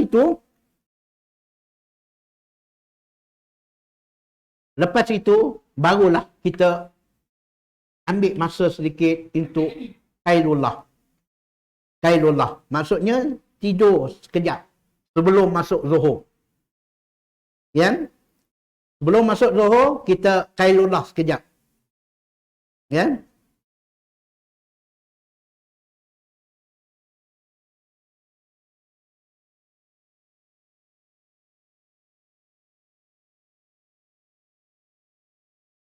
Kerana apa?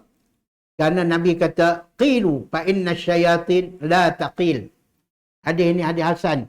Dihasankan oleh Al-Albani, ya, daripada Ibnu Abbas.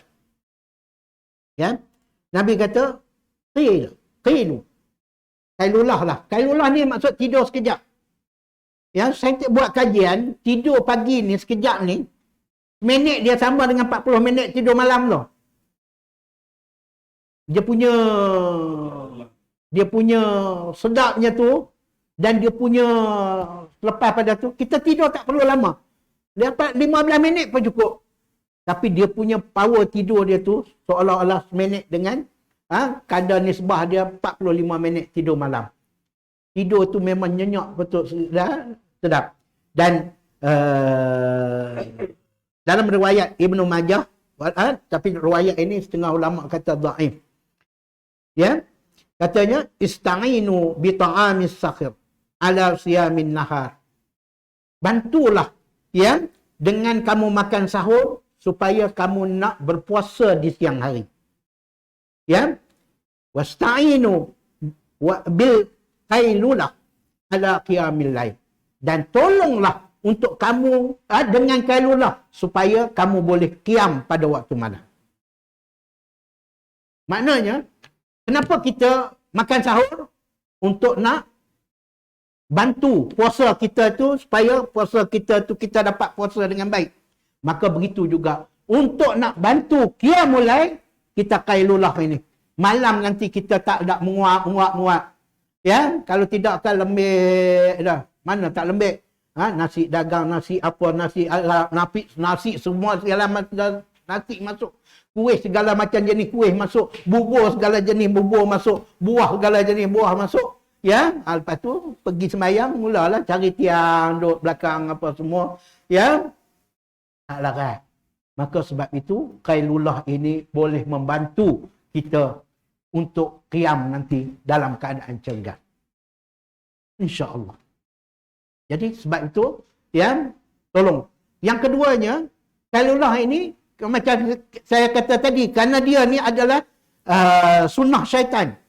Jadi kita tak mau ikut sunnah-sunnah syaitan ni. Nabi kata, orang yang tak qailullah, bukan nanti bulan Ramadan je, bulan biasa ni pun. Buatlah. Tidur sekejap. Habis sangat, kata Imam Nawawi, tak semestinya lena. Tapi dia duduk diam sekejap. Duduk diam itu pun dikira qailullah. Relax, cerita apa semua, ambil masa sekejap sebelum zuhur, ya, kita ambil masa untuk rehat sekejap. Itu qailullah. Kerana orang yang tak qailullah ini, itu adalah sunnah syaitan. Qilu, kata, ya, fa inna syaitan laqilah. Ya, fa inna syayatina laqilah. Yaqil. Kerana syaitan tu tak ada qailullah. Maka kita jangan ikut sunnah dia. Disuruh lawan sunnah syaitan tu. Hidup. Syaitan nak berjaga. Jadi syaitan jangan ikut sunnah dia. Syaitan minum tangan kanan. Syaitan. Jadi sebab minum tangan kiri. Sebab itu Nabi suruh kita minum tangan kanan, tangan kiri. Tangan kanan. Sebab nak khilaf dengan sunnah syaitan dengan sunnah Nabi. Maka sunnah Nabi suruh tidur. Sunnah syaitan jangan tidur. Jadi tidur tu. Jadi hak laki pun jangan marah bini tidur. Oh, asyik tidur je apa semua. Jadi cerita ini sunnah Nabi. Jadi ada dia punya ni. Tu tak nak. Ini jangan sampai tak pergi zuhur pula.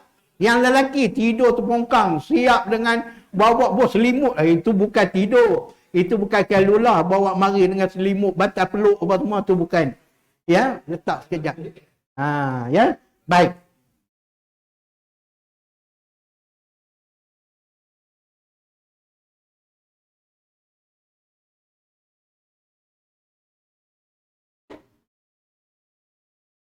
Baik.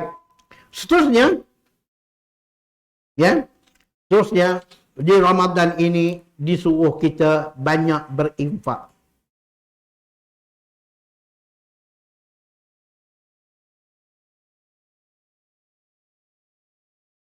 Ya, banyak kita memperbanyakkan infak atau sedekah di bulan Ramadan ini. Kerana sedekah di bulan Ramadan ini ya, pahalanya berkali ganda. Berbeza dengan di luar Ramadan. Ya. Tapi itulah kita kan. Sayang pula kan. Nabi bulan Ramadan ni dia berinfak macam angin yang kencang. Maksudnya, ya, kalau kita letak duit, angin mari kejam macam mana? Cepat hilang laju. Begitulah Nabi SAW. Dan kita kena ingat, ya, infak ini Allah Ta'ala sebut dalam surah Muhammad ayat 38. Ya, surah Muhammad ayat 38 mengenai berinfak ini.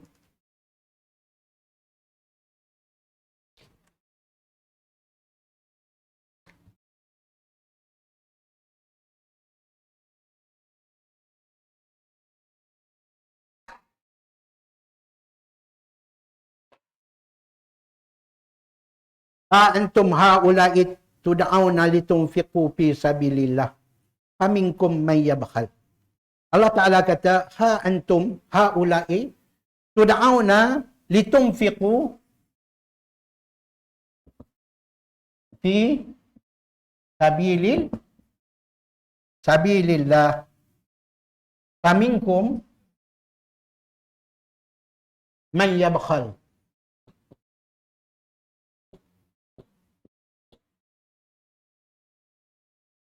Wa man yabkhal fa innama yabkhalu an nafsi. Wallahu ghaniyyu wa antum fuqara wa in tatawallaw yastabdil qauman ghairakum thumma la yakunu amsalakum. Allah Ta'ala kata, ingatlah, ya, ha antum haula'i, kamu ini adalah orang-orang yang bertabiat demikian. Apa dia? Litunfiqu fi sabilillah faminkum man yabkhal. Bila diminta untuk menderma atau membelanjakan, menginfakkan ke jalan Allah, kamu jadi bakhil. Maka Allah Ta'ala kata, wa man yabkhal fa innama yabkhalu an nafsi. Barang siapa yang bakhil itu sebenarnya dia bakhil untuk diri dia. Ya? Wallahul ghaniyyu wa antumul fuqara. Allah Maha Kaya. Kamu yang fakir. Wa in tatawallaw, kalau kamu berpaling juga, yastabdil qauman ghairakum. Kami ganti orang lain, selain daripada kamu, summa la yakunu amsalakum. Ya, yang tidak berperangai seperti sebenarnya kamu. Maknanya yang kedekut bakhil ini. Baik. Apa yang saya nak sebut di sini? Allah Ta'ala kata, bila suruh infak, kita ni, litunfiqu fi sabilillah. Bila suruh infak, pada jalan Allah. Lala tu juga, dia jadi paminkum may yabkhal. Dia terus jadi bakhil. Okay? Tapi, kalau infak kat lain, kat Shopee, kat apa ni, Lazada apa semua, tak jadi bakhil. Seronok aja nak keluar. Faham? GNT sat mari, sat lempar sana, sat puh laju apa semua, mari depan rumah tu, berselengak bungkusan. Tambah ni nak mari tu. Tapi, bila nak pergi sabilillah, dia terus jadi bakhil. Ini perangai. Ya, kerana apa? Kerana dalam ayat yang lain, dalam surah Al-Baqarah 268, Allah Ta'ala kata, asyaitanu ya'idukumul faqr. Sungguhnya syaitan itu menakutkan kamu, menjanjikan kamu menjadi fakir. Janganlah kamu derma, nanti kamu susah. Anak kamu nak masuk sekolah, lepas tu nak raya lagi, nak balik kampung. Oh, jangan. Tapi hak belanja kau lain tak ada apa. Tapi bila nak sedekah tu, kerana syaitan. Asyaitanu ya'idukumul faqr wa ya'murukum bil fahsya. Dan dia menyuruh kamu buat kerja keji supaya terus jadi bakhil. Fahsya ini makna keji. Supaya jadi kedekut. Wallahu ya'idukumul maghfirah.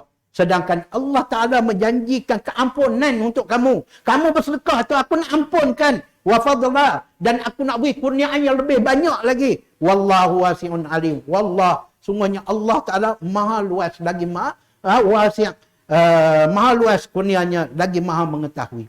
Allah Ta'ala nak beri janji keampunan dan nak beri kurnia yang lebih banyak. Tapi kita bila suruh berinfak, kita akan jadi bakhil. Wa man yabkhal. Tapi Allah Ta'ala kata, siapa yang bakhil, dia bakhil untuk diri sendiri. Kedekut ni, sebenarnya, kita kedekut untuk diri kita. Macam mana maksud dia? Okay? Kita sedekah, kita ada duit 100 dalam poket. Ya? Saya lah ada duit 100 tu kira banyak tu. Prof dia 100 celah gigi je. Ya? Okey. Ada duit 100. Nak infak. Ya? Nak infak. Kalau dia infak 100. Bayangkan. Kalau infak 100 dikalikan dengan 700 kali ganda Allah Ta'ala kata. Itu kalau luar Ramadan. Maknanya, kalau ada 100, digandakan jadi berapa tu?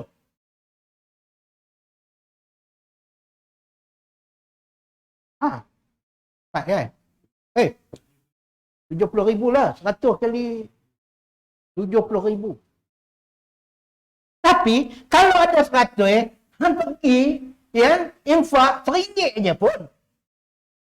Kali 700, dapat 700. Jadi, kau bakhil ni, kau dapat gaji RM1, dia dapat 700. Sedangkan kau duit banyak.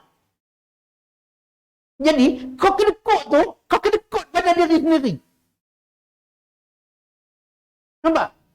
Kalau kita bagi, katalah tak mau 100, nak kurang, berapa 50. 50 pun kali 7, dapat 3,000. 35,000 ringgit. 35,000 ringgit ni masuk dalam akaun kita. Tapi punya main kedekut RM1. 700.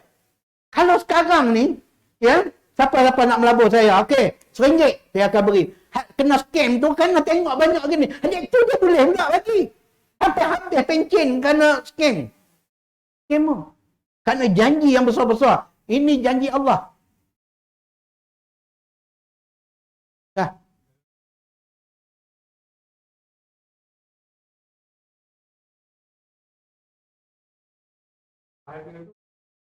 InsyaAllah. Ya, di bulan Ramadan. Tapi zakat ini dia ada term dia ada kod haul dia. Tapi kalau sekiranya sampai Ramadan dan kita ambil masa sikit untuk di Ramadan ini kita tunaikan lagi.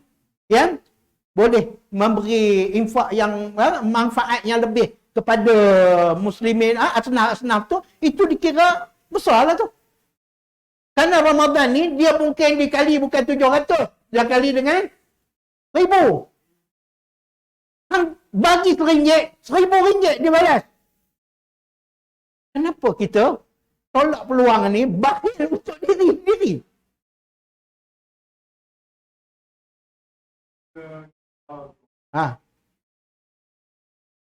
Ya. Awak sampai ke Ramadan baru kita bayar. Baik. Dia sebenarnya kita sedang berhutang duit orang ni. Hak dia orang tu duk ada. Dia orang tu sedang tumbuh hak dia orang tu. Wa fi amwalikum haqqul lisaili wal mahrum. Pada harta-harta kamu tu ada hak. Bila jadi hak mereka? Bila sampai haul. Bila dah sampai haul, kita duk simpan lagi, sebenarnya kita simpan hak, kita sedang berhutang. Kau kaya, tapi kau berhutang dengan orang miskin. Tak malu? Itu seolah nak katanya. Kau kaya, tapi kau simpan tu, kaya apa hutang dengan orang miskin? Sebab duit orang miskin duk ada dalam poket kau. Contohnya begitulah.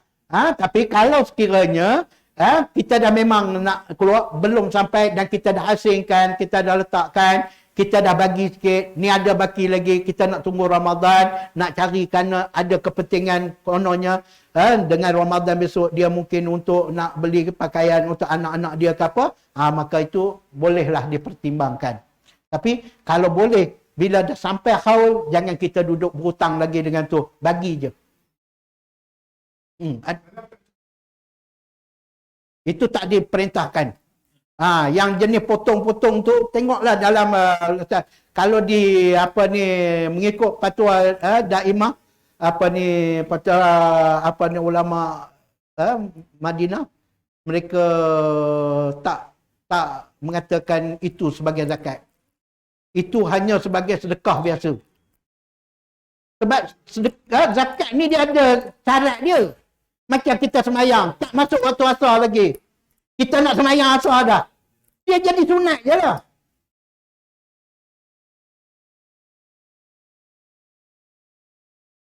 Ya.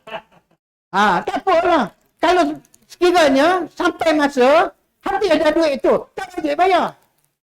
Kerana tempoh haul itu, tempoh yang mewajibkan zakat itu ialah dalam tempoh setahun. Tiba-tiba lagi seminggu, duit tu terpakai dah. Makna tak cukup lah. Bila tak cukup, kita kena cukupkan balik mula daripada dia kurang itu. Cara kira dia. Makna haul dia sekarang ni dah berubah dah. Nanti kita kira lihat tu, kalau panjang ni tak habis kan. Boleh ya? Jadi sebab itu kalau kita bakhil, Allah Taala kata, aku kaya, kamu jangan harap bila kamu beri sedekah tu nak sedekah kat aku. Wallahul ghani, aku ni maha kaya, aku bukan nak duit hang pun. Sedekah tu untuk kau simpan tabungan kau. Antum lupa perkara sebab yang pakai yang merantak ni kau. Jadi kau lah yang kena simpan sekarang ni. Bukan untuk aku. Itu cukup ni. Jangan tertipu dengan syaitan. Jadi bulan Ramadan ini kita, sebab itu sahabat dan Nabi ni berlomba kerana dia orang faham.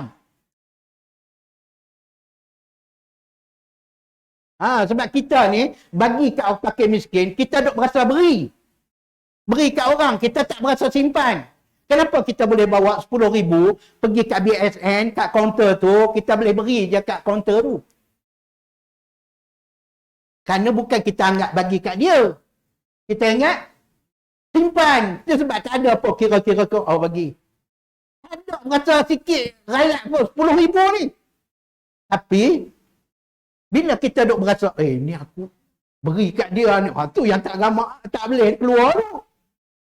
Sebab kita duk berasa kita beri, kita tak berasa simpan. Jadi kalau kita berasa ini simpan, kita akan kan duit dalam poket 100 beri RM1.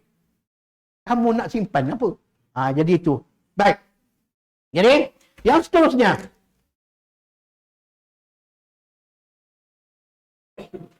Jadi banyak bersedekah di bulan Ramadan ni, bersedekah. Baik, yang seterusnya.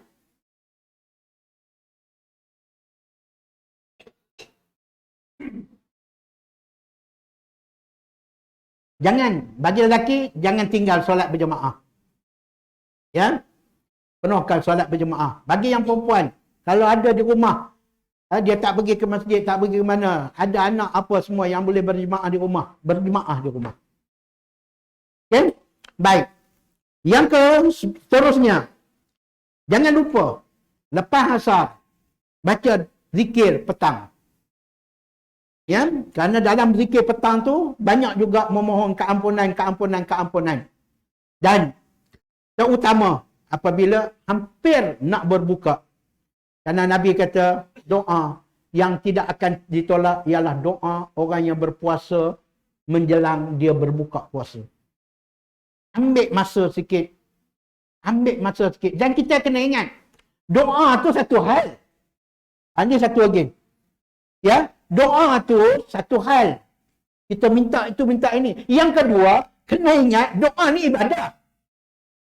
Sama juga dengan baca Quran. Tapi kita duk rasa malas lah nak berdoa apa semua. Padahal itu sama dengan zikir yang lain. La ilaha illallah apa semua. Kerana doa wal ibadah. Doa itu ibadah. Jadi, kalau subhanallah, alhamdulillah, kita berasa, oh itu ibadah. Doa ni pun ibadah. Jadi suruh anak-anak berdoa sekarang. Kerana ini ibadah. Kita kena tahu. Jadi di waktu itu, waktu makbul doa dan dapat pahala lagi. Okay? Doa cakap jam Melayu. Okay?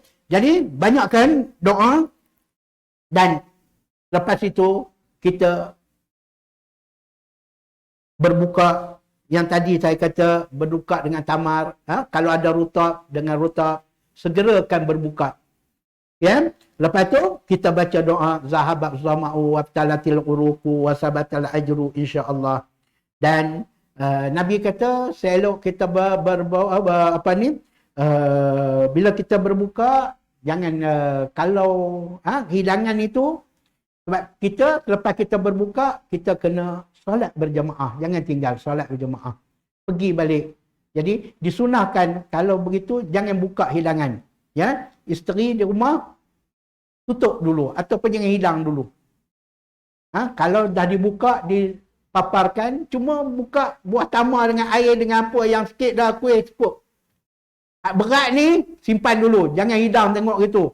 Dengan kepala ikannya, dengan udang besarnya, semua kawan nak pergi semayang pun tak ni, duduk mikir kepala ikan, berapa rakaat pun tak ingat dah, cabut, jangan disuruh tutup dulu. Dan sunnah yang mengajak ataupun menjamu orang berbuka. Yang ni tolong. Sebab ya Nabi sebut apa? Man fattara sha'iman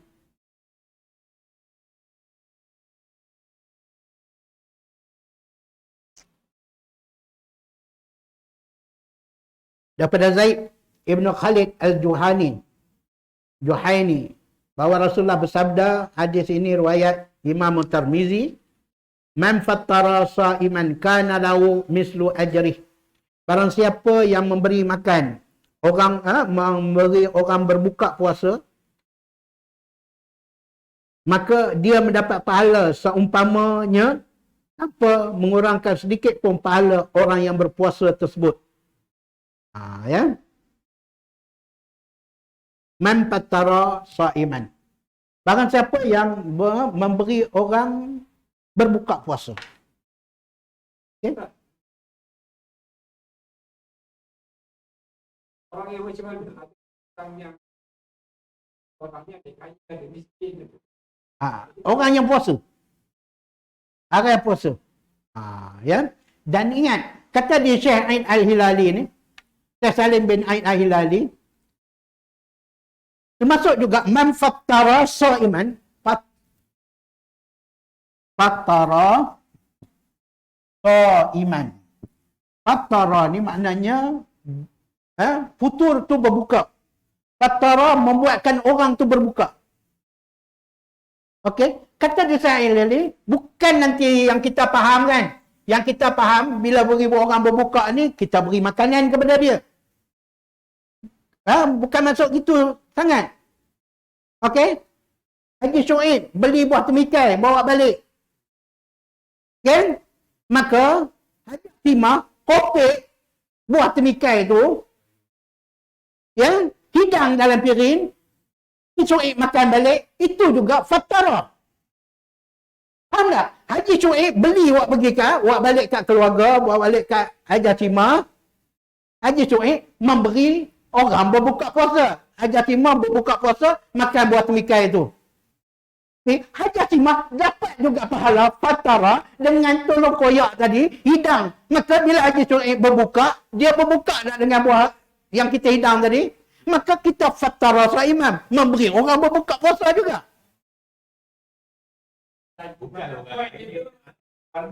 Ya, jadi jangan kedekut. Lepas itu, kalau maksudnya lagi banyak kita beri, lagi tu pergi pasar, bazar Ramadan, kita beli, ya, kita beli kuih, beli popiah basah 5 ketul, kita duduk 2 orang je, cukuplah 2 ketul, 3 ketul, beri kepada sebelah. Mana mereka berbuka, itu juga fattara. Dan bila diambil dalam pinggan, jiran sebelah tu ambil, dia ambil dalam plastik, bawa mari bila nak berbuka di rumah dia tu, dia hidang dalam pinggan. Anak ke, lelaki dia makan, dia juga fattara. Nampak? Jadi jangan duduk malas di rumah. Jangan duduk tunggu je, duduk tengok jam berapa lagi. Lambat lagi ni, kau tak hidang lagi. Kita pergi angkat pinggan, kita tolong jamu, ambil air apa semua. Jangan kita duk jadi raja Fir'aun je. Duk harap orang hidang je kan. Maksud kita juga yang lelaki ni, lelaki tolong angkat apa, anak tolong pinggan. Dia juga fatarah. Dapat pahala sebagaimana pahala orang puasa, jangan tinggal. Jadi yang bini-bini ni, jangan mengeluh. Kena masak, kena apa. Tak. Berapa orang yang makan ni, dia dapat pahala. Semua yang makan tu, dia dapat pahala. Maka, jangan mengeluh. Masak, asyik aku je masak. Tak maulah masak. Dapat pahala besar ni. Dan kita pula, tolong hidang, tolong apa. Kita dapat pahala bila dia makan pula. Padahal dia makan, dia masak. Tapi kita fatarah dia. Ini maksud kata dia, Said Salim Al-Hilal. Ya? Nampak? Boleh? Baik. 5 minit dah. Terusnya. Belum baru nak berbuka.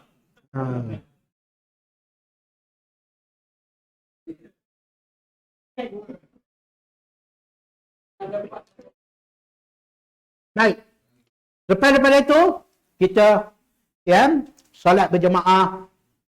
Tu solat bila maghrib, lepas nak makan, dia makanlah. Lepas tu pergi isyak, solat berjemaah. Lepas tu kalau nak buat qiyam berjemaah, silakan. Cuma bila qiyam berjemaah, Nabi ajar kepada kita apabila kita iza qama ma'al imam hatta yang syarifa kutiba lahu qiyamul lailah. Bila kita qiyam bersama dengan imam, jangan kita keluar dulu. Tunggu sampai beredar bersama dengan imam. Hatta yang syarifa. Sehingga imam beredar, baru kita beredar. Kutiba lahu qiyamul lailah. Akan ditulis baginya seperti pahala orang yang qiyam sepanjang malam. Padahal kita semayang 8 rakaat je. Ya? Imam semayang 20, kita semayang 8. Yang setengah tu duduk menyandar kat tiang. Tu pun kita tunggu sampai imam habis. Baru kita berada, kita akan dapat qiyamul lailah. Qiyam sepanjang malam. Tapi ramai orang yang kadang-kadang kita tengok, yang tu yang kata tak ngaji punya pasal. Dia qiyam dengan imam. Sampai tawitir, 2 dia ikut. Tinggal 1 dia cabut. Bukan main ruginya. Kononnya dia nak balik semayang di rumah. Nanti nak semayang lagi. Dia tinggal 1. Dia keluar dulu. Dia tidak dapat pahala qiyam sepanjang malam. Tunggu sampai habis. Apa masalahnya? Nanti kau bangun nanti. Kau tak payah dah buat witir. Dah witrana fil lailah. Tidak ada 2 witir dalam 1 malam. Bermakna kalau kamu dah buat witir, jangan buat witir lagi. Kalau belum, barulah Nabi kata, akhirkan solat malam kamu dengan witir. Tapi kalau kamu dah witir awal, tak perlu solat witir lagi. Apa masalahnya? Ya? Baik. Dan terusnya, tu dah sampai dah. Sampai ke balik, kita tidurlah. Jangan bersembang-sembang apa semua. Tidur malam supaya besok nak bangun balik qiyam pukul 4, pukul 5. Dan jangan lupa yang terakhir, iktikaf 10 yang terakhir. Ini Nabi dan sahabat gerakkan anak-anak bini mereka iktikaf. Untuk dapat pahala maksimum 10 yang terakhir. Kerana kita nak mengejar Lailatul Qadar. Iktikaf pada 10 yang terakhir. Okay? Itu saya rekaskanlah sebab dah pukul 5. Saya janji tadi nak masuk satu ayat kerana saya rasa perlu saya kongsi dengan tuan-tuan untuk ayat yang ke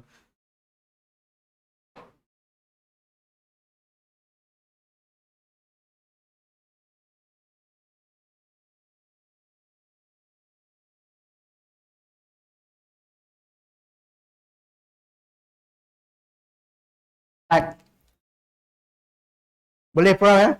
Izin kan? Tak boleh nak berhenti dah.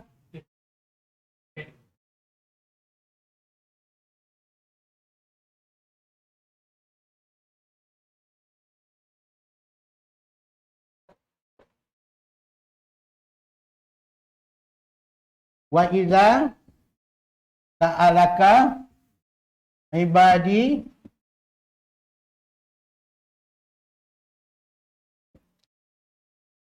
anni fa inni Qarib. 186. Ujibu da'wata da'i iza da'an fal yastajibu li wal yu'minu bi la'allahum yarshudun.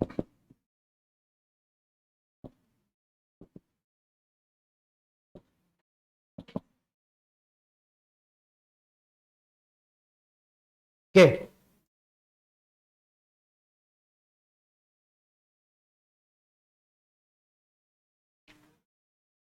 Wa idza sa'alaka ibadi. Apabila yang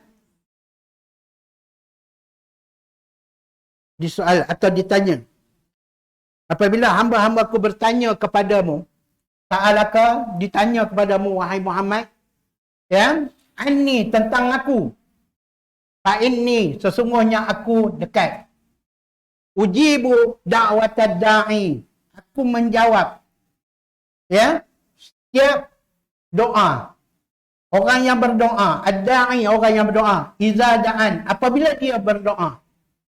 Aku memenuhi, ya, doa orang yang berdoa bila dia berdoa.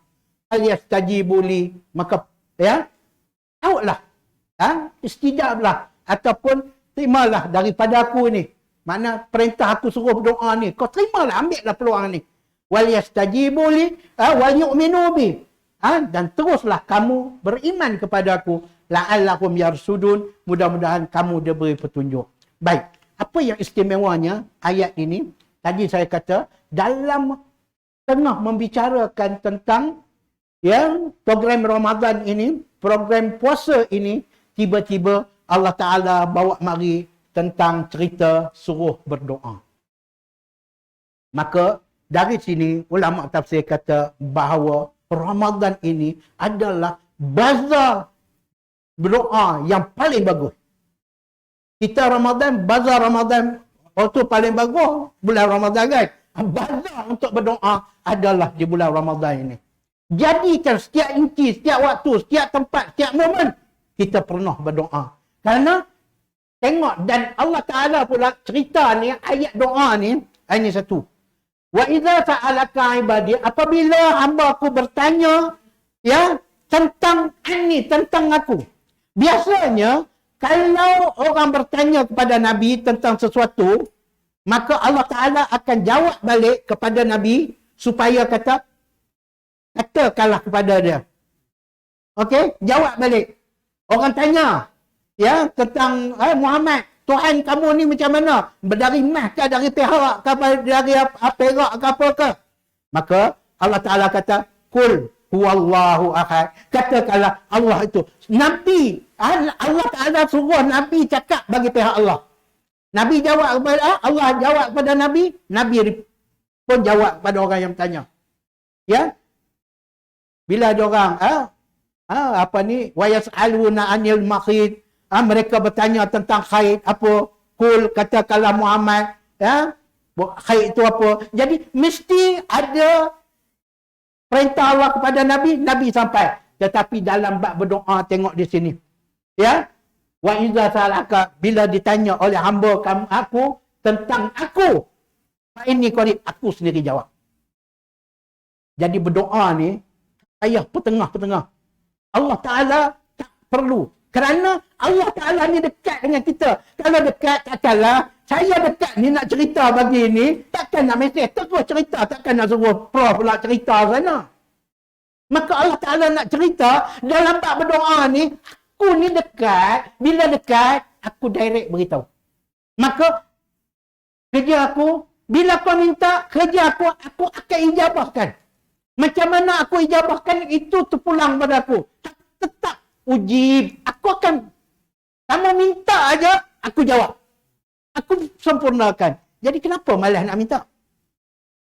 Terutama di bulan Ramadan. Di saat kita sedang beribadat. Dan orang yang sedang beribadat ini, Doa dia lagi dekat dengan Allah. Berbeza dengan ibadat-ibadat lain. Kerana ibadat puasa ni, kita sedang beribadat. Walaupun kita sedang berjalan, sedang bercakap, sedang duduk, sedang apa. Hatta di dalam jamban sekalipun, kita sedang beribadat. Berbanding dengan semayang 5 minit tu je. Assalamualaikum warahmatullahi wabarakatuh dah tak ada. Tapi, sekarang ni kalau kita sedang puasa, sepanjang. Jadi, sebab itu, Allah Ta'ala kata, gunakanlah momen kamu sedang beribadat ni untuk kamu minta kepada aku. Aku sedang buka aja dengan syarat da'watan da'i. Kamu minta. Kamu berdoa. Wahai pendoa, minta. Iza da'an. Bila kamu nak doa.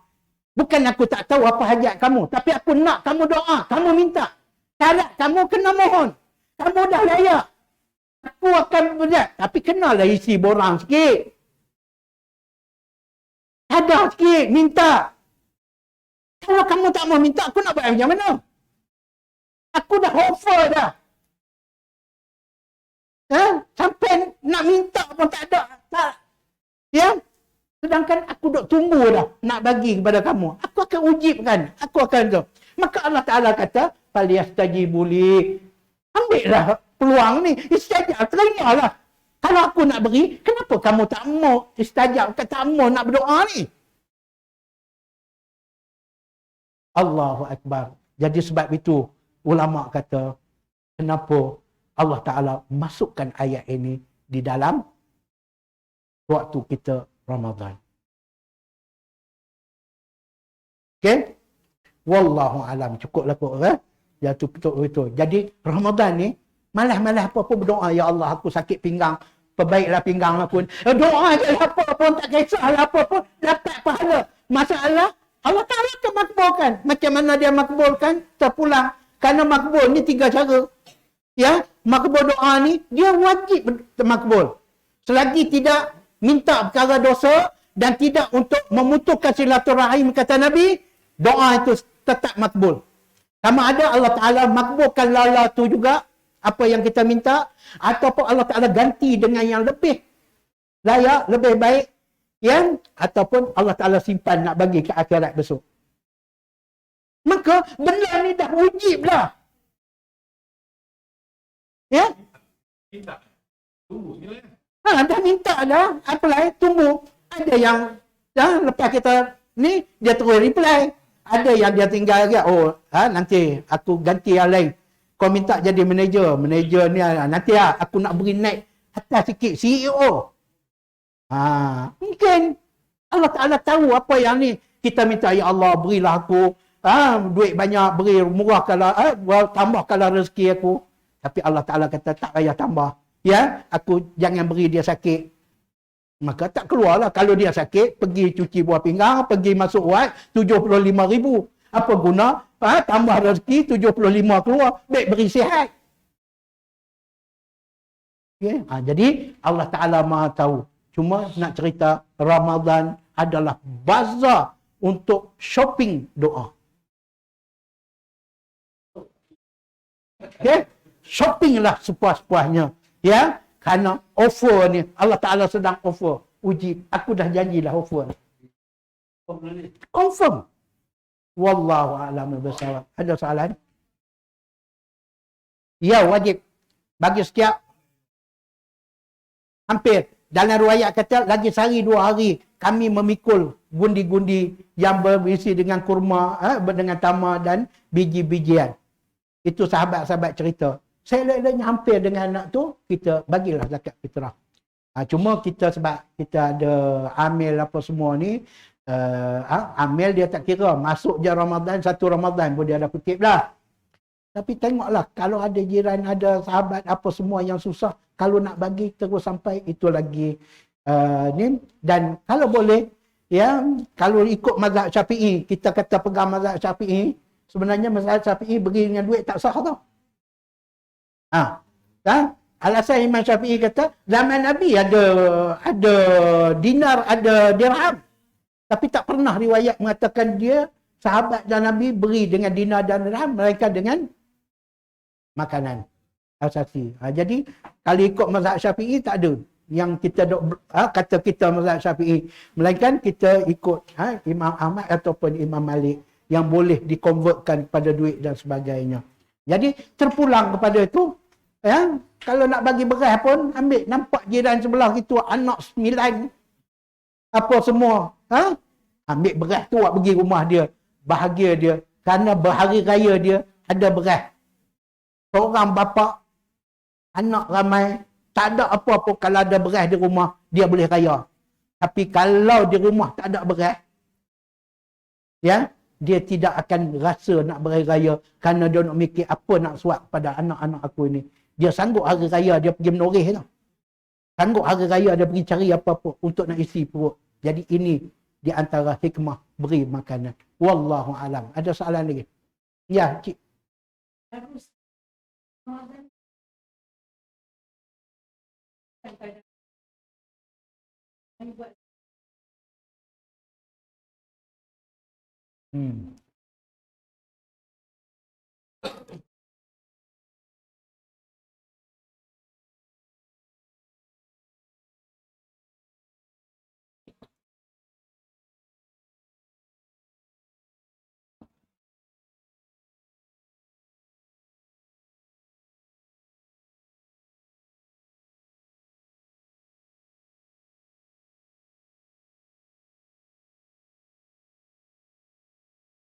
Baik.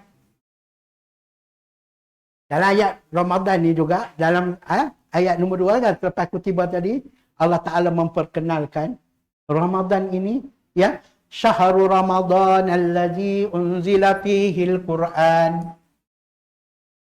Okay? Hudan linnas, menjadi petunjuk bagi manusia. Wa bayyinatin, dan menerang apa yang ditunjukkan ini. Minal huda wal furqan. Dan sebagai pembeza. Okey. Ramadan, mulia Ramadan bukan kerana Ramadan. Ramadan mulia dia kerana unzila fihi al-Quran. Kerana diturunkan Al-Quran pada dia. Sebelum itu Ramadan nothing. Ramadan tak ada apa. Begitu juga malam Lailatul Qadar, tak ada mulia apa. Tetapi kenapa dia malam tu jadi gah sehingga Allah Ta'ala beri sana? Kerana inna anzalnahu fi lailatul qadar. Kerana kami turunkan Al-Quran itu pada malam itu. Kerana disebabkan Al-Quran itulah dia khairum min alfi syahr, menjadi baik 1000 bulan. Muhammad tidak mulia. Muhammad Islam manusia biasa. Tetapi bila Muhammad mulia, bila Al-Quran turun pada dia, baru dia mulia. Okay? Maka balik tanya kakak tadi, macam mana nak tadarus, faham ayat ini dulu. Selagi kita menjadikan Al-Quran itu berdamping dengan kita, maka mulialah kita. Maka nak tadarus untuk apa? Kalau sekadar untuk nak penuhi rutin, kalau sekadar nak berebut habis 30 juzuk, kalau sekadar nak tu, kau tidak akan mulia, melainkan kau hina saja. Tapi kalau kau boleh letak Al-Quran itu, sebab itu bila akhir Ramadan besok, nak tahu orang tu la'allakum tattaqun dah, bagaimana dia dengan Al-Quran. Kalau dengan Al-Quran dia tak boleh pisah, lepas tu dia selalu mengkaji, dia dekat dengan Al-Quran sebagaimana dia dekat dengan handphone, tertinggal sanggup patah balik, bermakna dia berjayalah tarbiyah Al-Quran, tarbiyah Ramadan ini. Kerana Ramadan tak mulia mana, bukan kerana puasa. Puasa ini tu sebut syahrul Ramadan allazi unzila fihi al-Quran. Aku nak cerita bulan Ramadan ni, bulan turun Al-Quran. Barulah Allah Ta'ala sebut ni, taman syahida minkum syahr falyasum. Jadi bila kamu saksi anak bulan Ramadan, berpuasalah. Tapi dia tak cerita, kerana mulia Ramadan tu kerana puasa. Tapi kerana turunnya Al-Quran. Jadi dampinglah dengan Al-Quran ini. Jadi makcik tak usah duk berebut nak perhabis. Seorang ambil 1 juzuk. Oh, kita dah. Tak ada dah. Khatam 30 juzuk. Bukan itu matlamat dia. Kamu kena faham. Kamu kena dekat. Biar apa satu ayat. Tapi kamu faham. Apa satu ayat. Kenapa Allah Ta'ala dalam Al-Quran sengaja disebut Ramadan. Okey? Kenapa Allah Ta'ala sebut satu-satunya bulan dalam Al-Quran yang disebut bulan Ramadan tu? Muharram dah, apa dah, walaupun bulan lain ada mulia, tapi tak disebut dalam Al-Quran, tapi sebut Ramadan. Kenapa? Persoalannya kenapa? Kalau boleh jawab, bermakna kita dah tadabbur dah Al-Quran. Kita faham Al-Quran. Kalau tak boleh jawab, balik cari. Saya tak mau cerita 5 suku. Jadi panjang. Faham? Jadi Ramadan ni cuba cari. Kenapa Ramadan saja disebut dalam bulan Ramadan ni? Buka telak. Ulama dah tafsir dah. Kenapa disebut? Yang lain tak disebut. Jadi banyak benda kita punya aktiviti, exercise kita untuk di bulan Ramadan ni. Damping dengan Quran. Damping Quran banyak. Walaupun baca 3 ayat selama sebulan, tapi faham betul-betul. Kenapa dia disebut gini? Kenapa Syahrul Ramadan disebut? Kenapa disebut hudan wa bayyinat minal huda? Sedangkan huda dah ada. Kenapa diulang lagi? Hari. Dapat buat itu, kita akan rasa. Macam saya kata tadi, bila kita faham, kita tengok ayat Quran itu, kita akan berasa indahnya dan kita akan rasa lebih seronok dengan Al-Quran itu. Ya, daripada kita habis 30 juzuk, satu benda pun tak ada, akhirnya dapat bunga telur seorang satu. Itu ajalah. Wallahu alam, subhanakallahumma bihamdika asyhadu an la ilaha illa anta astaghfiruka wa atubu ilaik. Assalamualaikum warahmatullahi wabarakatuh.